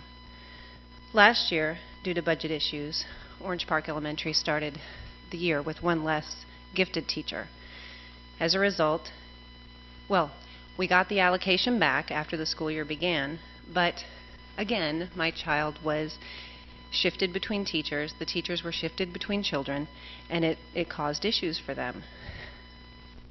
And as a parent of a child who's gotten the short end of the stick 2 years in a row, I've really come to feel as if no one except maybe the teachers is cognizant that there are kids at the other end of these decisions. There are teachers at stake here. There are 2 teachers coming to OPE 1 day a week from their regular schools. As far as I know, they received little, if any, input or advance notice on how these changes would and should happen. My daughter returned to school after Christmas break and was in a new class by the end of the week. The kids and their teachers were given very little time to adjust. In fact, the art teacher had to scramble to find extra chairs when my daughter's class first went to his class. Her teacher's teaching 6 or 7 more students and a language arts curriculum she's not familiar with. Although I do support the change in the gifted format from subject-based to enrichment, I think that the change would have been better made with a full-time teacher who was given the time and resources to properly make the transition. I really feel lucky that my child has dedicated teachers who are looking out for her and helping her with this transition. But I wonder what this is going to do to teacher retention countywide. I've worked in county and state agencies during times of budget crisis. There are always people deemed essential personnel. Those positions are usually the last to be cut or lost to attrition. The district seems to be cutting the essential personnel first. I moved back to this county 4 years ago because of the school system. I can't say I'd make the same decision today. Thank you.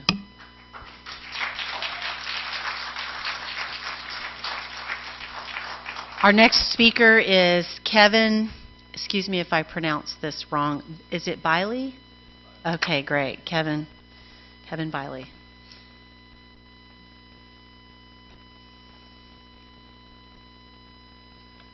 My name's Kevin Biley. I live at 1005 Marble Ridge Drive, Orange Park, Florida, 32065. I'd like to thank you for the opportunity to speak in front of the board today, and I want to let you know that I agree with everything Ms. Denmark is going to say about our budget crisis, the effects on our class size, our teachers, and our students. I know this issue is larger than OPE, so I'm hoping to speak for all the Clay County parents who may not have the opportunity to be here to share their concerns. Since the hiring freeze has gone into effect, many schools throughout the county have lost teachers, and not being allowed to replace those teachers forces a drastic increase in class size.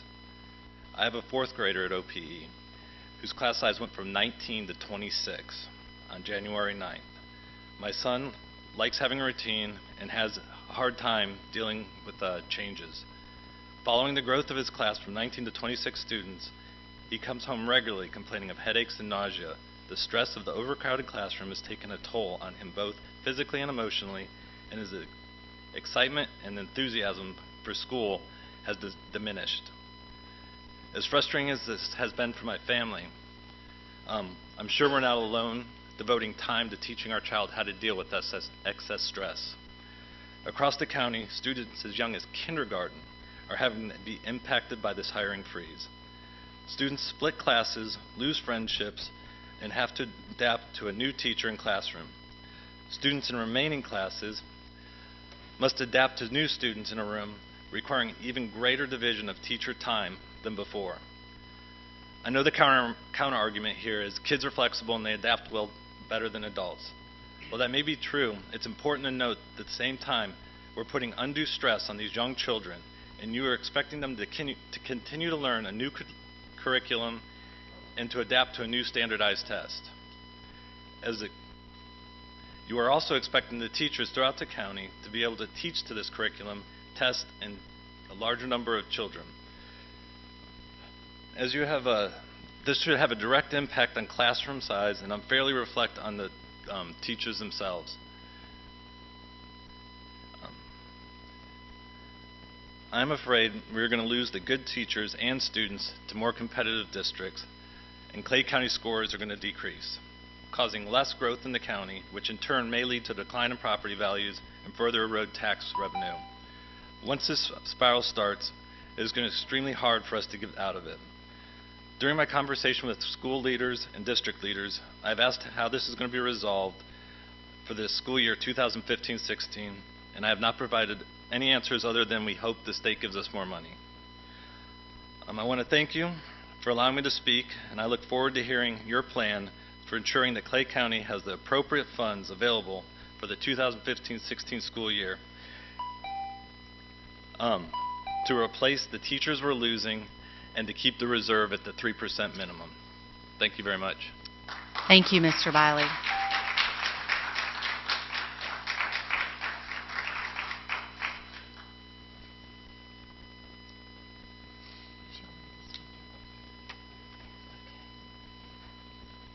Okay, so I think that's it. All right, so scheduled citizens requests, Joanne Denmark. 10 minutes.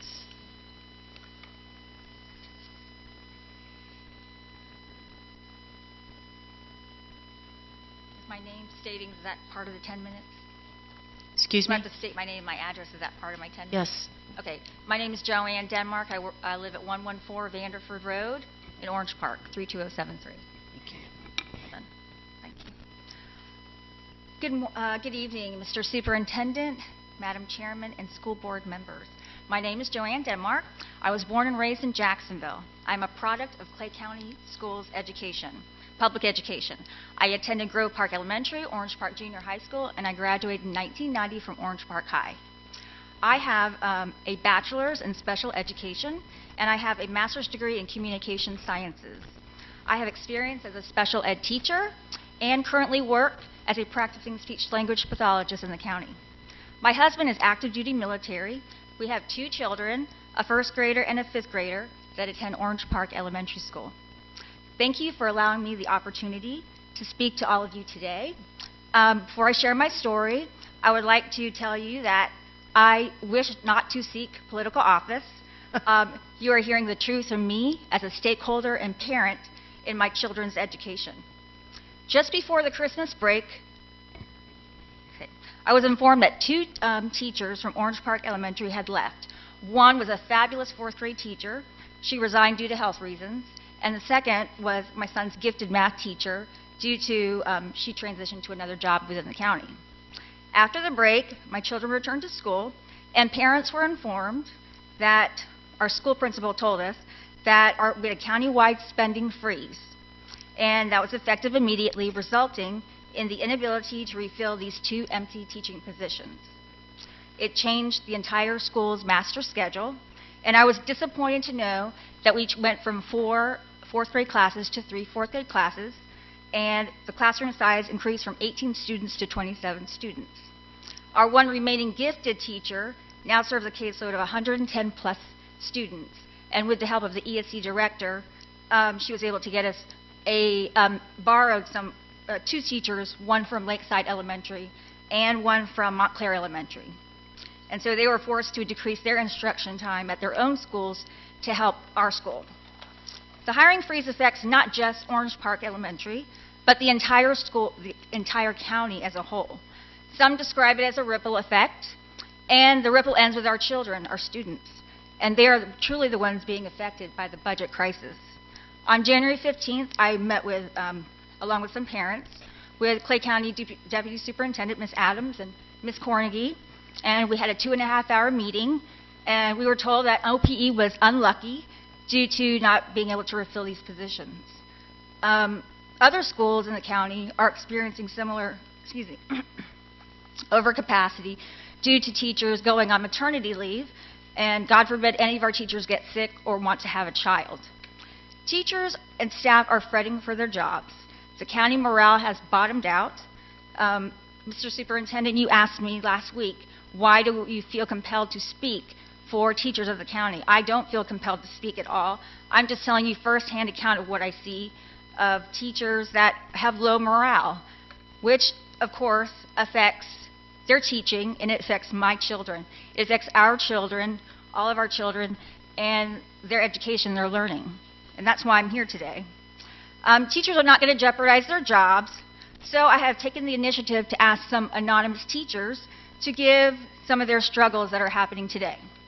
With their permission, this is what they said. One said, I find that I'm spending more of my personal money in order to buy basic supplies.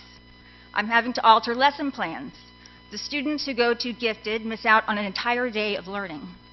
Another said, my biggest challenge is the lack of computers. I do not have enough to even double up kids and do a lesson. Because of the teacher shortage, the larger classes in 4th grade are a challenge. To have 27 of them is loud. One said, due to the spending freeze, I wasn't able to purchase the teaching supplies needed, so I had to ask the PFA for financial assistance. I checked my Facebook account about 2 hours ago, and someone from Rideout Elementary told me that they lost a teacher and an aide. We also asked parents. I asked parents, and one of them said to me, I don't understand why the county is opening 2 charter schools when we can't even fund our own current schools. Another said, in the middle of the school year, it's difficult for me to explain to my children when they ask, why didn't you hire a new teacher? Why is my schedule changing?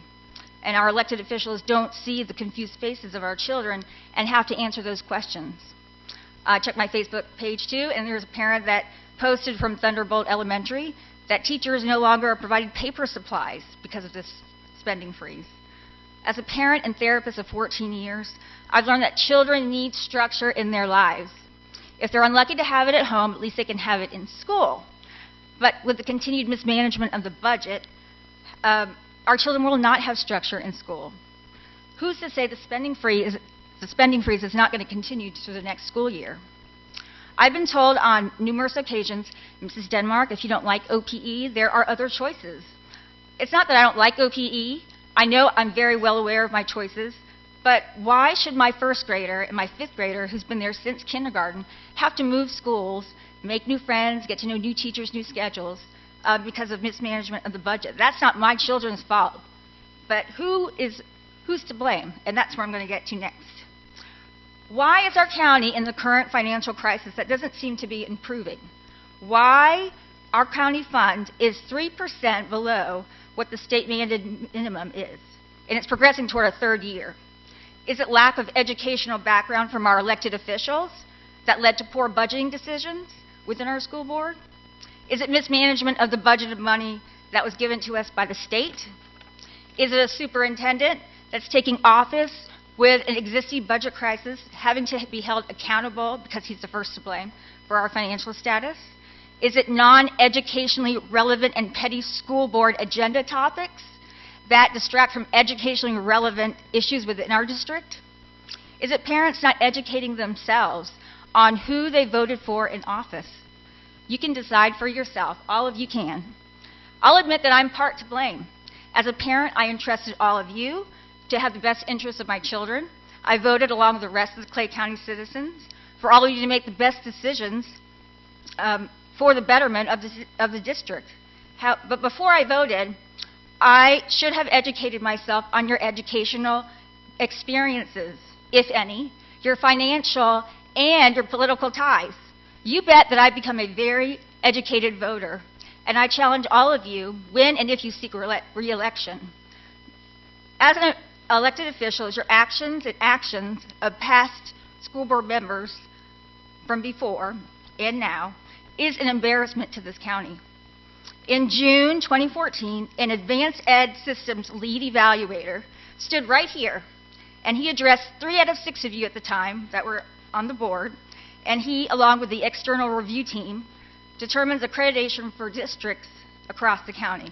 And if those of you don't know, we are about, in 2 weeks, we're about to have our accreditation review. And he said, he called you the school board governance, that's all 6 of you. He wanted to see if you have a cohesion, if you're able to work as a team. And he described, and this is live information, you can watch it yourself, it's free. He said, I quote, that he is gravely concerned that it's toxic, that you're under strict scrutiny, enough empirical evidence to be on probation, end quote. For those of you that are not aware, again, in 2 weeks, March 1st through 4th, we are going through an accreditation process. I've shared with you the challenges from parents and teachers due to the budget crisis, but who haven't we heard from? Who is affected most by this? The students, our children. But I can't email or text a child and say, hey, what's your challenges with the budget crisis? Because it's not their concern. They don't have a voice in the budget. Who is their voice? We are the voice, you are their voice. And we must advocate for our students and their education because they entrust that in us. We have to do what is right. Our children are the one thing that matters to most to us, and we should do everything to make sure they have the same opportunities that we had. Our children are not test scores or numbers. They are human beings. And I'm going to repeat that again. Our children are not test scores or a number, but human beings that exist in an educational system that want to dehumanize it. I pray more parents see what I see and what these other parents have seen. And I want you to be informed. I want these parents to be informed, ask questions, seek answers. Do not be complacent. I want them to become angered as I am and to show how much we allowed our education to be compromised by all of you, the elected officials that we entrusted for our kids' education. I'm asking that all of you, as our elected officials, put aside your differences. Let's work together with all of the stakeholders, parents, teachers, county and state representatives, to repair our district. We need to work together on legislation in Tallahassee regarding accurate funding and pass legislation.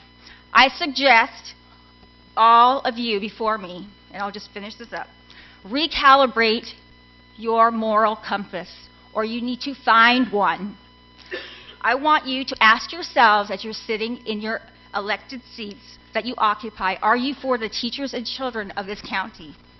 I need you to give our kids the education they deserve. They are our future. Madam Chairman, I would like to officially request that Mr. Superintendent and the school board members address my concerns at the next agenda, on the next agenda, Tuesday, March 24th. May I do that? And thank you for your time. Thank you.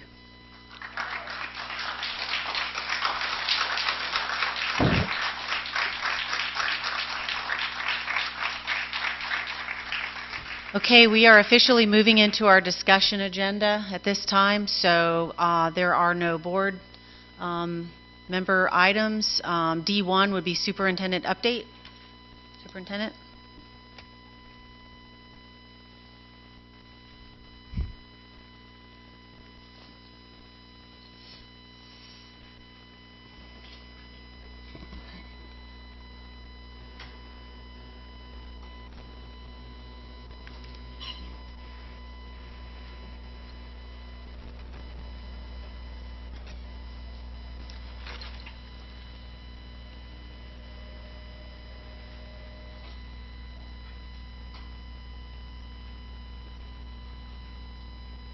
Good evening. Thank you, Madam Chairman, for a chance to speak to you. I guess the computer's warming up, and what I have will show up here maybe in 4 seconds. I guess the $64 million question is what's next? Yeah, we've had a hard time with the budget the past couple of years. I guess the first real wake-up call in 2009, my predecessor called me at home one evening when I was on the school board right during Christmas break, right before school started back, and let me know that Exactly what happened this year had happened that year, but to a much larger degree. Our revenue projections had gone down in the third calculation. For those of you that don't know, we receive money from the state, and 4 times a year, once every fiscal quarter, we get what they call a calculation. Around December every year we get the third calculation, and it compiles how many students are in school and how much the base student allocation is. That base student allocation last May coming out of Tallahassee was $4,032.28. So we literally put a dollar value on each student that's enrolled in our schools, and we get about another $3,000 from the Clay County ad valorem taxes, and that comes in through the years. People pay their property taxes. It might amaze you that everybody doesn't pay all of their property taxes. Some don't pay any, and some don't pay on time. So our revenue stream coming in isn't as consistent as we would like, but we have to deal with it. Now, I am not a CPA, but I did sleep in a Holiday Inn last night, and I can tell you that the blue lines are revenue, okay? And the red lines are expenses.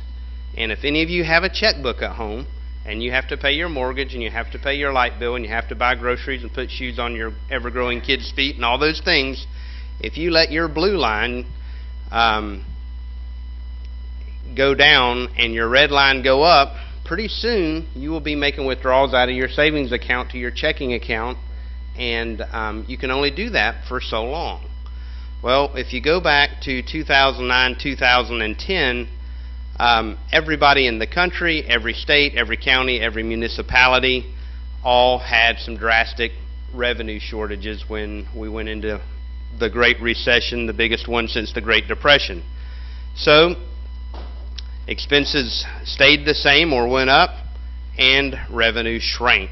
And that was really the dividing line. Up until that time, we had pretty much been able to give a raise or a step to our very, very valuable employees, teachers, support people, and staff pretty consistently for the 10 years that I was on the school board between 98 and 2008. I like to give raises. I think our people are worth every nickel that we can pay them. I truly do. However, when you get to a certain point, you have to keep your expenses in line with your revenue. It was somewhere along in that time frame that I, as a school board member and as a citizen with students in elementary school myself, I have a 3rd grader and a 6th grader now, became fairly concerned about our business practices in the Clay County School District.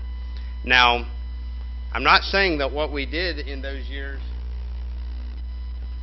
wasn't good for students and wasn't good for teachers. We have some of the very highest. We are number 2 in the state when it comes to spending money in the classroom versus all the other things that you have to spend money on. So we are also very good rule followers. And state law says thou shalt have no more than 18 kids in K through 3 and 22 kids in 4 through 8 and no more than 25 in 9 through 12. So we followed class size. And we spent our savings account. The federal government gave us federal stimulus money in 9, 10, and 11, a total of $29 million. And during that time, I again became very concerned and started voicing that. And I said, we have to not spend non-reoccurring money on reoccurring expenses. We have to fix our business model or we will run out of money. That was part of the reason, literally, that I jumped into the superintendent's race in 2012. And at this point, in November of 2012, I took office somewhere between 3.9 and 2.12. And in fact, the first fund balance I saw in November of 2012 was $4.1 million. That was into the 12-13 school year, and we were actually a little lower, so we worked to build that fund balance back up that year. We worked to build it up a little bit the next year. What I have done just in my small cost center is consolidate some positions with the majority of the board's approval and netted out a little bit of savings. Now that's small, but I take this very seriously, and so if we're going to cut anything, we're going to start with me as the leader of the school district, and everybody's going to have to reduce spending from there. Here is what we have to be very cognizant of. Most of our school board members are fairly new in their offices, so this presentation is as much to inform you as to inform the public. In the years where our reoccurring revenue began to be less than our recurring expenses, there were times that we still gave raises. They weren't huge, not big thank you notes came with those raises. I get that, they weren't huge. But it did what we cannot any longer afford to do. It affected our fund balance. And I can't and won't bring you any proposals for the budget in future years that affect fund balance. So in years when revenue is less than expense, we just can't spend more money than we take in. I know it's overly simple, but it really is that simple. Doggone it, this one is small. If you will direct your attention to a couple of things, in this same amount of time where we've had a massive drop-off in revenue, we have become the fiscal agent, Clay County and 66 other counties, for school choice. Now, I'm not against school choice, and up until 2 years ago, the legislature sent a check to us, one full-time equivalent amount of money, whatever it was in any given year, to each kid enrolled in the K-12 school system in Clay County, Florida. And then they wrote another check to students from Clay County that were enrolled in Florida Virtual, and they wrote a check to students from Clay County who enrolled in college as dual enrollment students to St. John, Santa Fe, University of North Florida, wherever they were. 2 years ago, with less than perfect open government in the sunshine, right at the end of May of 2013, the conference committees got together and decided that Florida Virtual money would come out of the school district, and so would dual enrollment. So basically, the state projects how much money, 1.0 FTE for each student every year, that's projected to come to Clay County. They estimate how much Florida Virtual participation that we will have, and they withhold that money. They send us the money for your students and my students, and then if those students decide to take dual enrollment classes, Dr. Copeland has to figure up how many overall those students are, and we write a check to them. So yes, Florida's funding is up slightly in the BSA, about $50 per student last year, and the base student allocation was increased. But our expenditures far exceeded that, and it left us at a net loss. Now, I spent quite a bit of time on the phone last week with the Governor Scott's Chief of Education Policy, because he put out a great-looking press release a few weeks ago. It says per pupil spending in Florida is at an all-time high, and that's a true statement. But the number of pupils in Florida are at an all-time high. Nothing costs what it used to, so we are still at a net loss, if that makes sense to me. The reason I'm giving this instead of anybody else is because I wanted to give this. If I can understand it, you can too. And this is just that simple. So this year, Clay County opened its first ever charter school. Actually, let me rephrase that. Orange Park Performing Arts opened the first charter school in Clay County, Florida. My predecessor did not recommend that school to be opened, and the school board did not vote for it to be opened. When I took office in 2012, I did not recommend that school be opened, and this school board did not vote for it to be opened. That school and their board of directors took their appeal to the State Board of Education, and their appeal was withheld, and they were set for a hearing. And at that point, I brought back a recommendation to the board, which they accepted, to quit fighting it, because at that point we were losing money and we were going to get the charter school. I had already received that information loud and clear.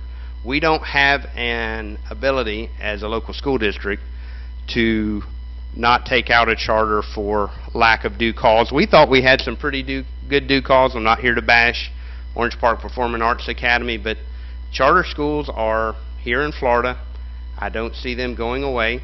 We have a second charter school with a application. It's a virtual school. It sounds almost like Clay Virtual, but you need to be putting your children in Clay Virtual Academy, please, CVA. That money stays in Clay County, and we do a better job than any other virtual academy brokers. But there is a Academy of Clay, Virtual Academy of Clay, We're paying them about $80,000 this year. And Charter Schools USA has an application out there, and if they get 500 students in their school, that'll cost us about $2 million next year. So potentially by the end of the 15-16 school year, that number's hard to read at $7.9 something million. Almost $8 million that we will send out from student funding that comes to Clay County to organizations that are not a Clay County school. So it's important to realize, even though you're hearing out of Tallahassee the public education's the big winner, we're funding public education higher than ever. Again, our expenditures went up. Now we're going to do what is feasible here in this school district to keep our expenses within the recurring revenue that we're granted. I've been asked by the board and by the public, many of you, and by our teachers, what can we do? Well, here is going to be my proposal to the board. We're already beginning budget plans for next year. The governor has proposed his budget. It's the best looking budget for public education I've seen in probably a decade. So I would encourage you to encourage our constituents and our elected officials in Tallahassee to support that budget. We'll put on our Facebook page and our website the Florida Senate website and the Florida House of Representatives website. If you go on those websites, you can click committee assignments, and there's 2 education committees in the Senate. One of them, Mr. Umball went and represented us so eloquently yesterday in front of, talking about assessment. I've heard a lot about assessment for years and much more about it even tonight, and one about appropriations. 2 weeks ago, I spoke in front of the Senate Appropriations Committee, and I got, I think, 3 minutes, Mr. Umball. They gave me 1 more minute than him. But I talked about the third calculation in this. So this is no secret what's going on. It's no secret to our elected leaders that chair and vice chair those education committees, both appropriations and policy, in the Florida House and the Florida Senate, nor the governor himself, what our thoughts are on it. I'm not a great solo artist, so if you would like to join that chorus, you are more than welcome to continue to advocate for our students. I think it's certainly our job as elected officials to do so. You have every right and should, as involved parents and teachers, advocate. And we'll make this document available too. If you email my office, we'll email it to you. But I had never asked for this document before. It wasn't something that we just had laying around. I sat down our senior staff right after Christmas and I said, start putting down on one sheet of paper what's costing us all this money. So our senior staff has worked very hard. Our principals have done a yeoman's task. Ms. McCullough here from OPE did get an inequitable shake here. We have not removed anybody that's currently employed with us from a job. And to keep from disrupting students any more than we had to, and employees any more than we had to, if people left for health reasons or retirements mid-year, which happens every school year, happens quite a few times in a district with as many schools as we do, we let those positions go. The cost reductions that you saw tonight on the board agenda, there were a couple of people that spoke about allocations. Those were positions that were on our books with nobody in them. Our terms software system is so antiquated, we can't show in real time in our budget planning processes money we're not going to spend until we physically remove them from the budget, and that was also on the agenda tonight. We're updating that software system where we can know a little better in real time as money and people with different amounts of service that is compensated at different amounts come in and out of our system, what we've got going on. So I think I've hit the major points of what I wanted to say, which is where we've been, where we are. What I'm going to ask this board to do is give me a vertical nod or by consensus just to agree with me. What I'm going to recommend to the board as we go into our budget planning phase for this next year is to plan for a budget with a fund balance of 5%. Part of what has happened to us this year is we had such a weak fund balance. It was not quite at 2% 2 years ago when I became superintendent. And and it's too weak. What we saw mid-year this year in the third calculation amounted to about a 1.5% of revenue adjustment. It was $2.4 million. It wasn't a ton of money, but our fund balance was so weak that it has felt like a hurricane, and it was really a light rain. If you have a decent fund balance, you could have dealt with that, which Clay County has done for years and years. So it's left us feeling a little out of whack when many counties protected their fund balance during the recession and cut allocations and did a lot of belt tightening. Then we did some, not as much as others. They felt it in the context of when you turned on the news every night, there was talk about the recession. Now, our economy, thank God, is improving. There are more jobs in the state of Florida. Sales tax revenue is up. The last 2 years, ad valorem property tax has come up slightly in Clay County. I'm not saying the economy's coming back roaring, but it's coming back a little bit. But we're going to have to get our fiscal health improved. So we might be a little out of context with what everybody else is hearing and feeling. So I'm asking you to do two things: to allow me to plan a budget that accounts for every expenditure that I anticipate based off history that I just shared with you, and plans for a 5% fund balance. Because proration happens every year. It wasn't as bad last year as it was this year. But if we stumble $1 million or $2 or $3 million in the middle of the year because revenue that we don't get to control is lowered, we need to be prepared to deal with it without interrupting the classroom situation, which unfortunately we did in some cases this year.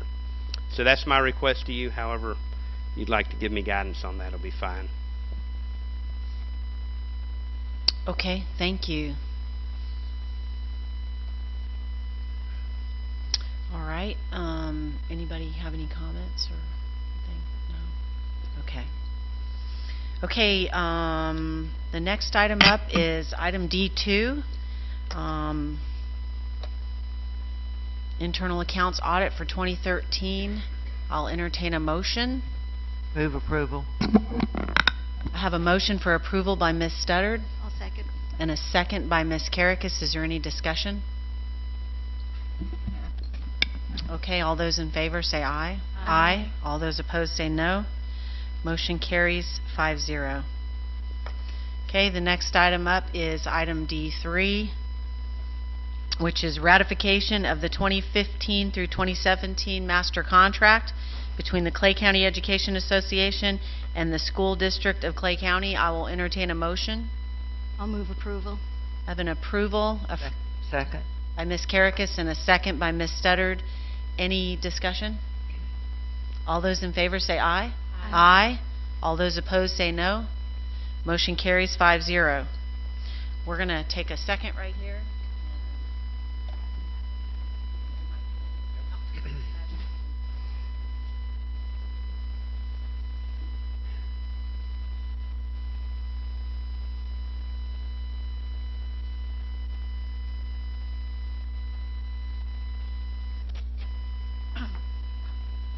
Yeah, let's mention no money. And now you've scared me to death. Thank you, Mr. Van Sant.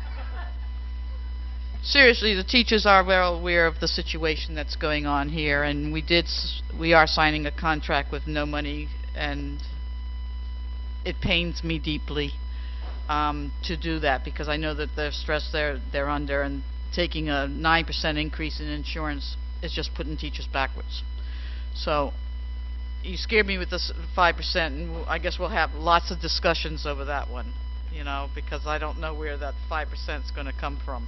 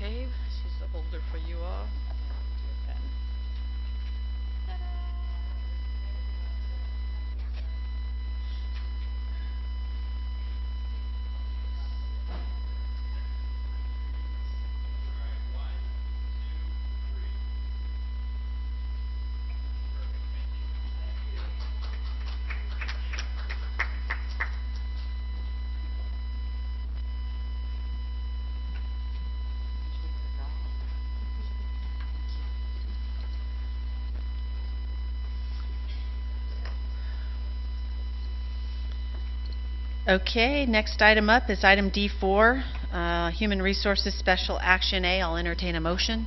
I move approval. I have an approval. I have a motion for approval by Second. Ms. Condon and a second by Ms. Studdard. Any discussion? All those in favor say aye. Aye. All those opposed say no. Motion carries 5-0. And the next item up is instruction, and I don't think we have anything here. Business affairs, nothing there. And support services, nothing there. And then last but not least, presentations from the audience. I have 3 cards left, and the first one is Mr. Fred Gottschalk.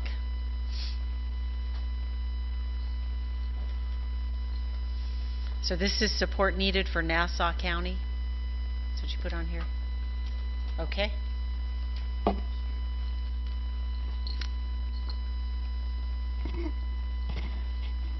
There was a lot brought to my attention during the presentation, so I'm going to add to that. Please state your name and address for the record. Of course. I am Fred Gottschalk. I am the director of Clay County Tea Party, and I am here for several reasons. I would like to remind everybody that February is the American Heart Association month, where the American Heart Association fights heart disease. My sister was a poster child for the American Heart Association in 1955. She appeared on their front page. This is the time that many advances were made in heart disease, and I thank God for them. She's still alive.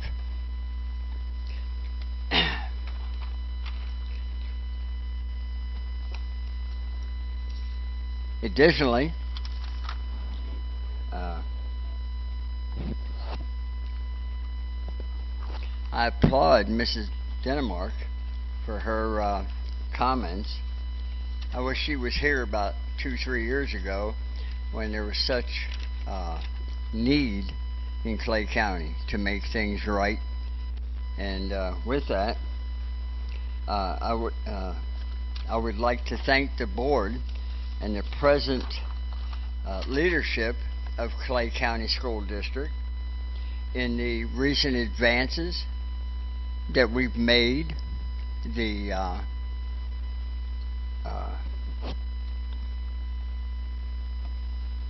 use of social media within the school district. I worry that we've come so far that we may lose some of these people to other districts because of the advances they've made here that these other districts have not even thought about yet. They're still fighting it the old way, like we did a couple years ago.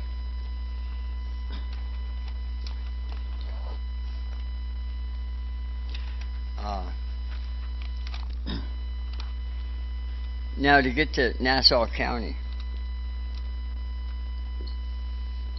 There was a tremendous upheaval in Clay County a couple of years ago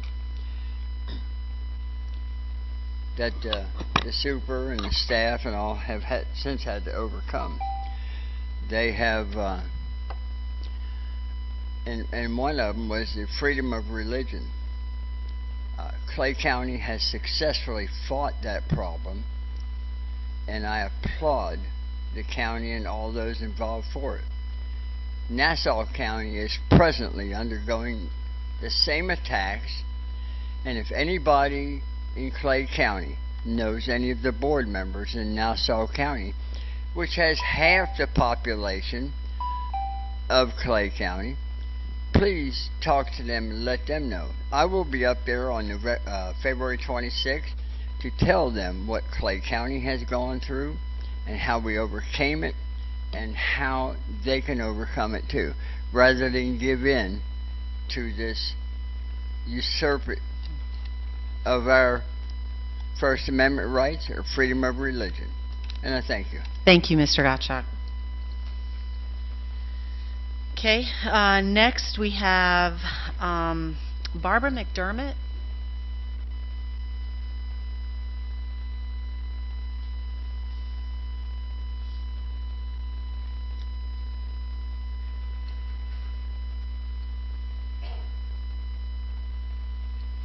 Hi, I'm Barbara McDermott. I live at 2123 Winterbourne West in Orange Park, 32073. I am a voter and I am a teacher here in Clay County.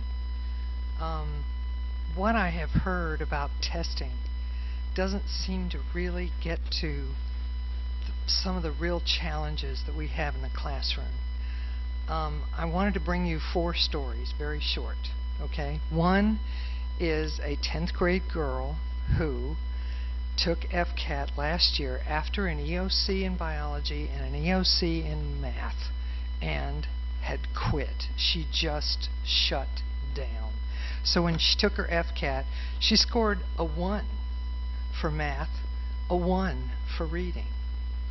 She is making A+ work in my honors class. She is an outstanding student, and she has lost 1 year of elective to intensive reading because of her test scores. So she's paid that price. Hopefully, thankfully, she hasn't been totally discouraged. I have a senior who is. She has taken the FCAT now 3 times, failed it. I said, what about taking the ACT? Because so many kids have so much more success with that. She said, oh, we can't afford that. We have a lot of kids up there at Orange Park that don't have any money. I have one girl who shares shoes with her mother. She has to wait for mom to get back to the hotel to get her shoes so she can walk the 3 miles to come to school. I love this girl, and I want her not to suffer from testing like these other 2 have. My 10th graders, my classes are just completely gone for 6 weeks. I'm missing at least 3 every day. I thought with the academies that maybe there'd be some cohorting, so these kids are going through their whole day together, then maybe we could test them that way too. Well, that didn't happen either.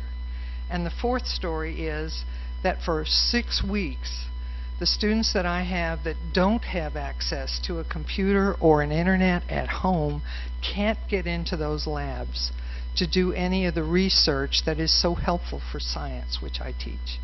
So I really, really wanted to add just a little bit more to perhaps the broken back of the horse of testing. Thank you. Thank you. What subject do you teach? It's science. I teach physics honors, physics 1, and physical science honors. Okay. Thank you. Physics. Ooh. That was nice. Hated physics. Okay, our last card is Joanne Denmark.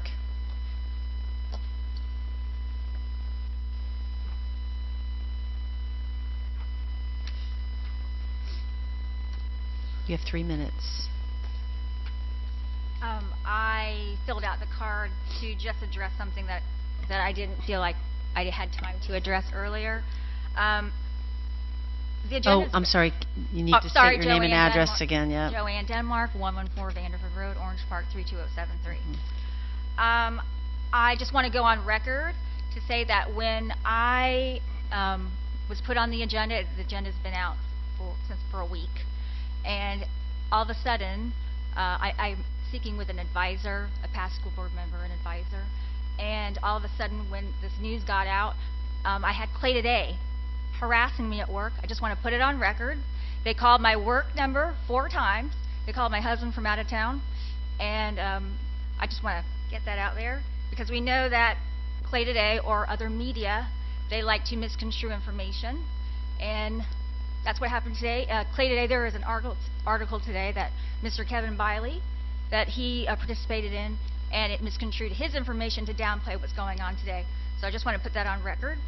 But since I have the time, I have 2 minutes, I wanted to rebut something that Superintendent, you had said, Mr. Superintendent.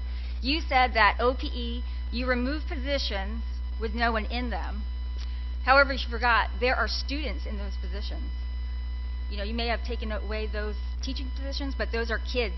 I just want to reiterate that again, that our children are not numbers.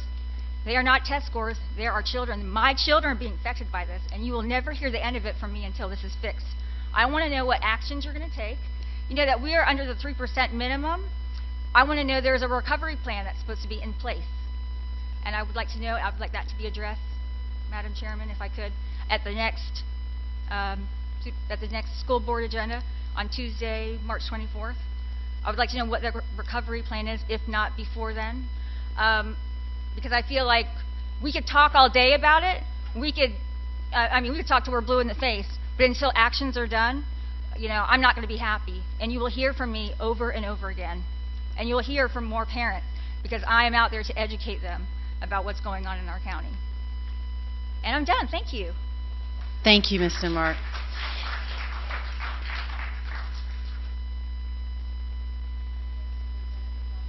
Sorry, superintendent request. Actually, before you, I just want to say something. Ms. Denmark, I just want to say this, that the recovery plan that you're looking for, I totally get it. It is going to be when we put our budget together, that is where you will see the recovery plan. So I can't promise you that's going to be next month, but that is our recovery plan, is preparing our budget for next year. So, Superintendent? Yeah, and really to prepare that budget, we'll start working around the edges of knowns, but truly the governor puts out his budget just as a knowledge point for you, ma'am, and procedurally. The Senate and the House very ferociously guard their appropriations powers. The Florida House and Florida Senate convene in session on March 3rd. They'll conclude the first week of May. And when they come out of that in May, they will have conferenced and agreed upon a budget, and then we will know what amount of money per student that we're actually looking at. So the board is free to give me guidance on things to put in the budget next month. You're free as an American citizen to come back and speak to us, but I won't have hard numbers. I'm not really sure what you're wanting, but you're welcome to come by and visit again until the June-July time frame, and the board will adopt their final budget in September. So that's just the way the state budget cycle happens, and it happens in 67 out of 67 counties that way too. Our accreditation is coming up. I'm excited about it. I'm excited to share with the team what's good going on in Clay County. We've had a lot of positive things going on. So you guys have a great evening. Thank you. Okay. School board request, Ms. Stutter? If you start with me, I'm going to steal all your thunder. You want to go somewhere else first? By the time it got to me, when I was chairman, I didn't have anything to say, and I feel like a hog now down here because you let me go first. So I'll start off. You go right ahead. This last month has been really busy with Literacy Week. I read at 3 different schools, and I've got to tell you, they always say when you get bogged down, go out to a school and recharge your battery. Well, Liz Crane, is she still here? Okay. I went to, that's at Coppergate, right? That was one of the 3 schools I went to read at Literacy Week. But she handed me an envelope full of letters, and I've got to share this with you. Okay. All right. This one said, "Dear Mrs. Stutter, thank you for read to us." These are kindergartners. "Can you visit us again? I love you." Aww. And this one even has a picture of you and her. This says, "Dear Mrs. Studdard, I loved the story. You are a good person. I hope you come back." But, I mean, this is what it's all about. I mean, it just made my day to see those. She said, "I hope you can read them." I could read 2 or 3 of them. But we all helped out with the science fair. It was wonderful, well run as usual. It was a great job, and thank goodness the awards program was indoors, and that worked real well. Arbor Day, tree planting, chorus concerts, Teacher of the Year, School Related Employee of the Year. That was a big, big event. The Northeast Florida Coalition of School Board meetings was last week. We were talking about the legislative things. I mean, that's what everyone's talking about now, is how to get the attention of the legislators. And I think most of us we're all on the same page. We've just got to get someone to pay attention. Before we meet again will be spring break. Looking at the weather outside right now, one can't believe that we're going to be coming up on spring break, but we will have some warm weather sooner or later. But I'm really glad to see a lot of the parents here tonight. A lot of times when we have our board meetings, usually it's someone from the press and us and the and a few teachers right here. But so it's nice for you to come so that you see the things, the different items that come up, and don't ever hesitate to call us or email us, because we'll try to help you any way that we can. That's it. Thank you. Ms. Gilhausen? It was a very busy month. I also got to participate in the science fair, which is always rewarding when you get some one-on-one interaction with the students. I participated in the Leaders or Readers Week as well, and I got to return to my home elementary school, Charles E. Bennett, and read to some precious students there about our country. I chose a patriotic book. The Teacher of the Year celebration was so inspirational, made me rethink my career choice for a moment. I also got to enjoy the all-county chorus performance. Our elementary students did a phenomenal job.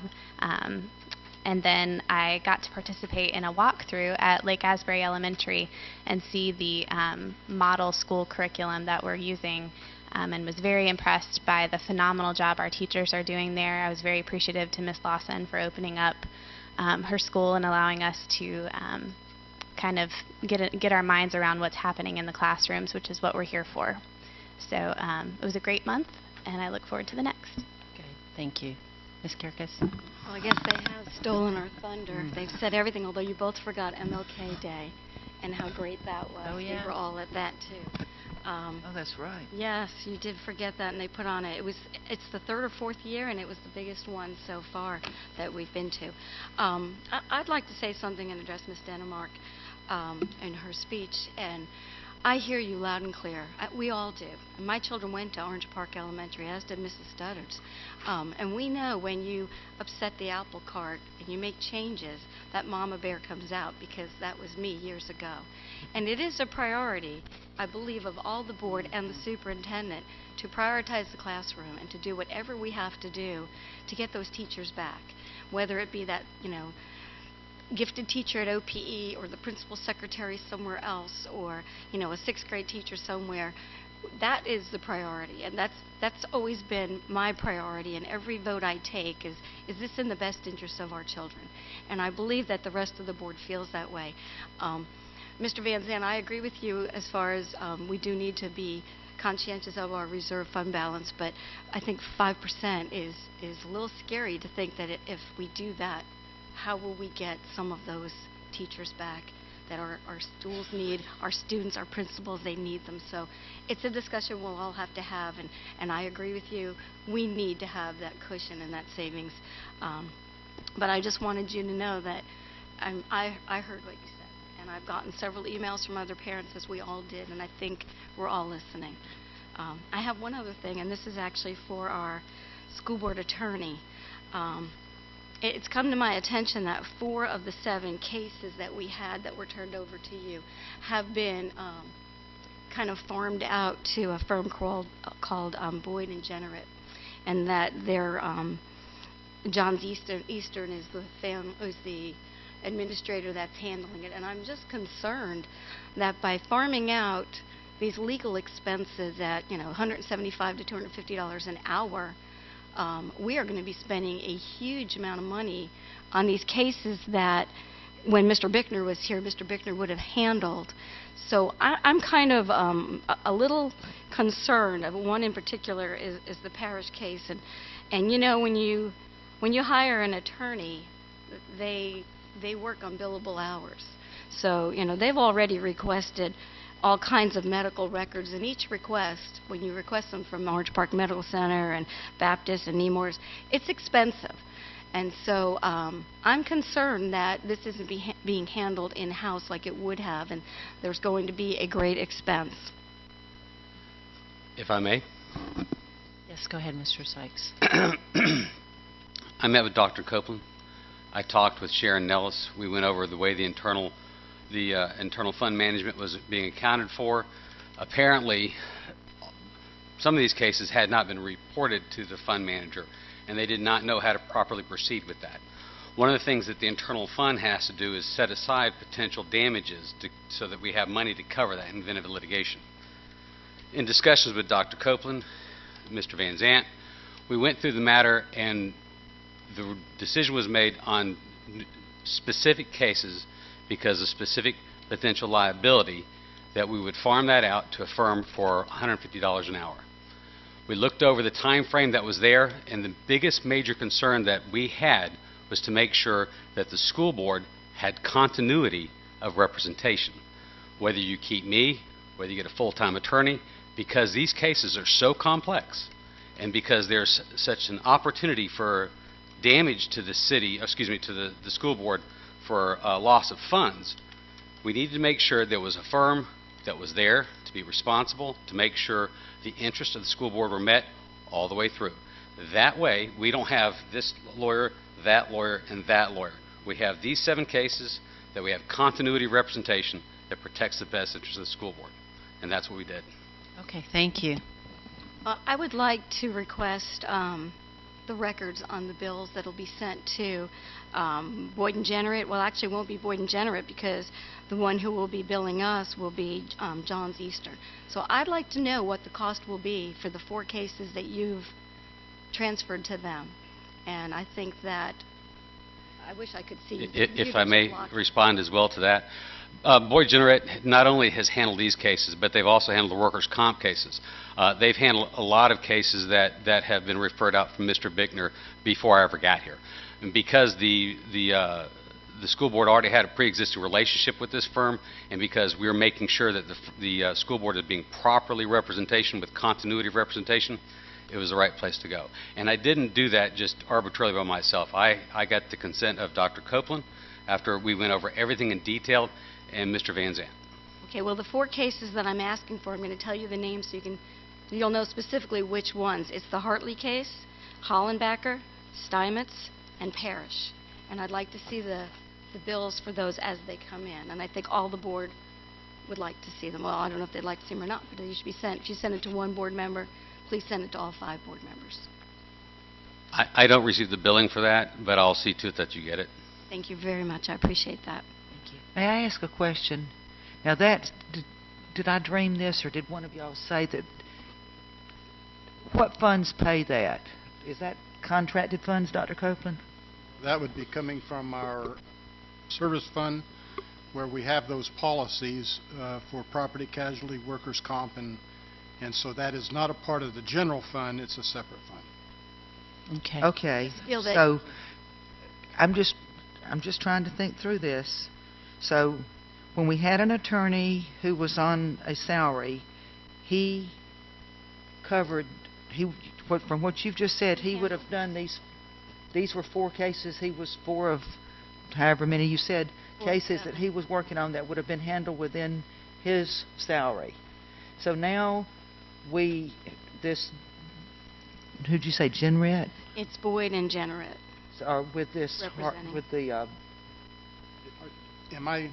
But so what we're paying this company for these excuse 4 me, cases. Mrs. Studdard. I'm just trying to get clarified I understand, on but it if because you would I didn't know about this. That's fine, okay. But this is not a discussion item, and if you would like to direct any questions, you can direct them to Mr. Van Zant. Well, since he said that Dr. Copeland was in on it, and Dr. Copeland knows about what is the other firm? Mrs. Studdard, please direct your questions to Mr. Van Zant. I have no questions of Mr. Van Zant. I'll get my questions answered later. Thank you. We will move on. Thank you. Ms. Karakis, Be if glad you've finished. I won't ask any Ms. questions. Condon. Okay, Ms. Karakis, go ahead and finish. I just wanted to say thank you for getting those records to us, and the reason I'm asking is once again because every penny counts. Right. And you know, we're cutting teachers, we're cutting allocations, I should say, not teachers. We're cutting allocations and we're scrimping everywhere we can, and that seems like we should be handling that in-house under a salary. In addition to that, this board needs to start putting an RPF out on a school board attorney, and it needs to be something that we start talking about. So on that, I will just wish everybody a very safe spring break, and thank you. Thank you for coming tonight. Okay. I too got to participate in the science fair, and I won't go back through all of the things that I got to participate in as well in our schools. But two things I wanted to highlight on the science fair. One, we were able this year to give teacher monetary awards that have never been given before, and that was sponsored by Orange Park Medical Center, and those awards were given, I believe it was in the amount of $200, Ms. Studdard, per teacher, or $250. But it was significant to the teachers who won those awards in their science classes, and so we really appreciate that partnership with Orange Park Medical Center for sponsoring that this year. And I would also like to just mention that some of our students will end up changing the world. And there was a project that I did not judge in the junior high section of botany of a girl, don't even know what school she goes to, but her parents had been on a mission trip to Guatemala, and she had seen how the people in Guatemala live, and that most of the people in Guatemala have to, I guess, forage through landfills to get their daily things they need, things for their homes, things to eat, food and things. And so her project was on composting, but she used things that would be found in their landfills so that people in Guatemala could go into the landfills and pick out specific things that they could find in those landfills readily available to help grow vegetables, to provide vitamins and other nutrients for their children. And it just spoke to me so much that that child will change the world from right here in Clay County. And I just want to commend all of our science teachers and our wonderful teachers for helping our students realize those dreams. I would also like to thank Ms. Cornegie and her staff, and I'm very grateful for our legislature. One good thing they have done for us is to allow us to keep local control over our textbook selection. My 6th grader came home this week with a new reading book, and he said, "I love my new reading book, Mom. It's so much easier to understand than my old one, and it gives me so much more information." So thank you for selecting good curriculum for our students that helps them grow, and I am grateful for that local control that we do still have that the state gave us. And in doing some of my own research about what has happened with our third calculation, and Ms. Piven, I've had a number of discussions. I was poking around the Florida Department of Education website a few weeks ago, and I had shared this information with Mr. Van Zant. He mentioned it a little bit in his talk, but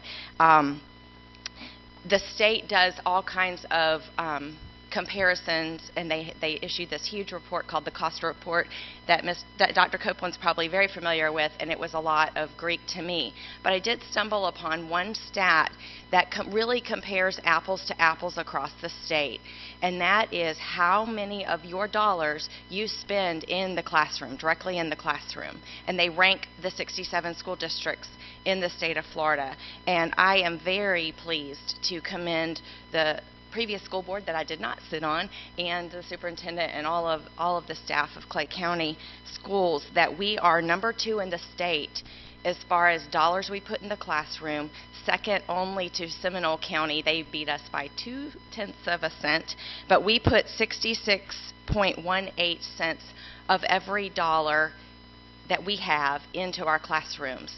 The state has an average, and in fact, it is, I think it's like 65%, so we beat that. And a few years back, my understanding is the state tried to make a mandate that 65 cents of every dollar go into the classrooms, and they've backed off on that because so many districts could not or would not meet that. But while we are in the budget crisis we're in, the third calculation did not come in where we expected it to come in, and we recognize the problems we're facing. We are still putting 66.18 cents of every dollar into the classrooms, number 2 in the state. So I just appreciate that as well, to live in Clay County. Thank you.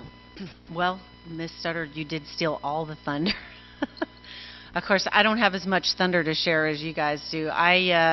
Right after our last board meeting, I did attend the Teacher of the Year ceremonies, and then I spent 2 weeks out of the state, traveling across the country, and just got back a week or so ago, and so missed out on all of the great events that took place. So beyond that, I'm looking forward to next month. And just so you know, I did have a discussion with our school board attorney tonight about, you know, the discussion about, have you been thinking about recommendations for us in terms of an attorney? And he is working on it, and I know they're working on bringing us something very, very soon. So I know we're all looking forward to that. So that's all I have. Attorney request? Brief statement. As I told you, Madam Chairman, I am working on that. I hope to have that to you by the end of March. I think I will also have a proposed model for the school board. I think you'll see all in all across the board there is cost savings actually in the way that I'm proposing to do it. But I'll get that to your report. You can take a look at it, and then however you want to deal with it, you can deal with it. Okay. Thank you. Thank you. And with that, we'll adjourn the meeting. Have a good night, everybody.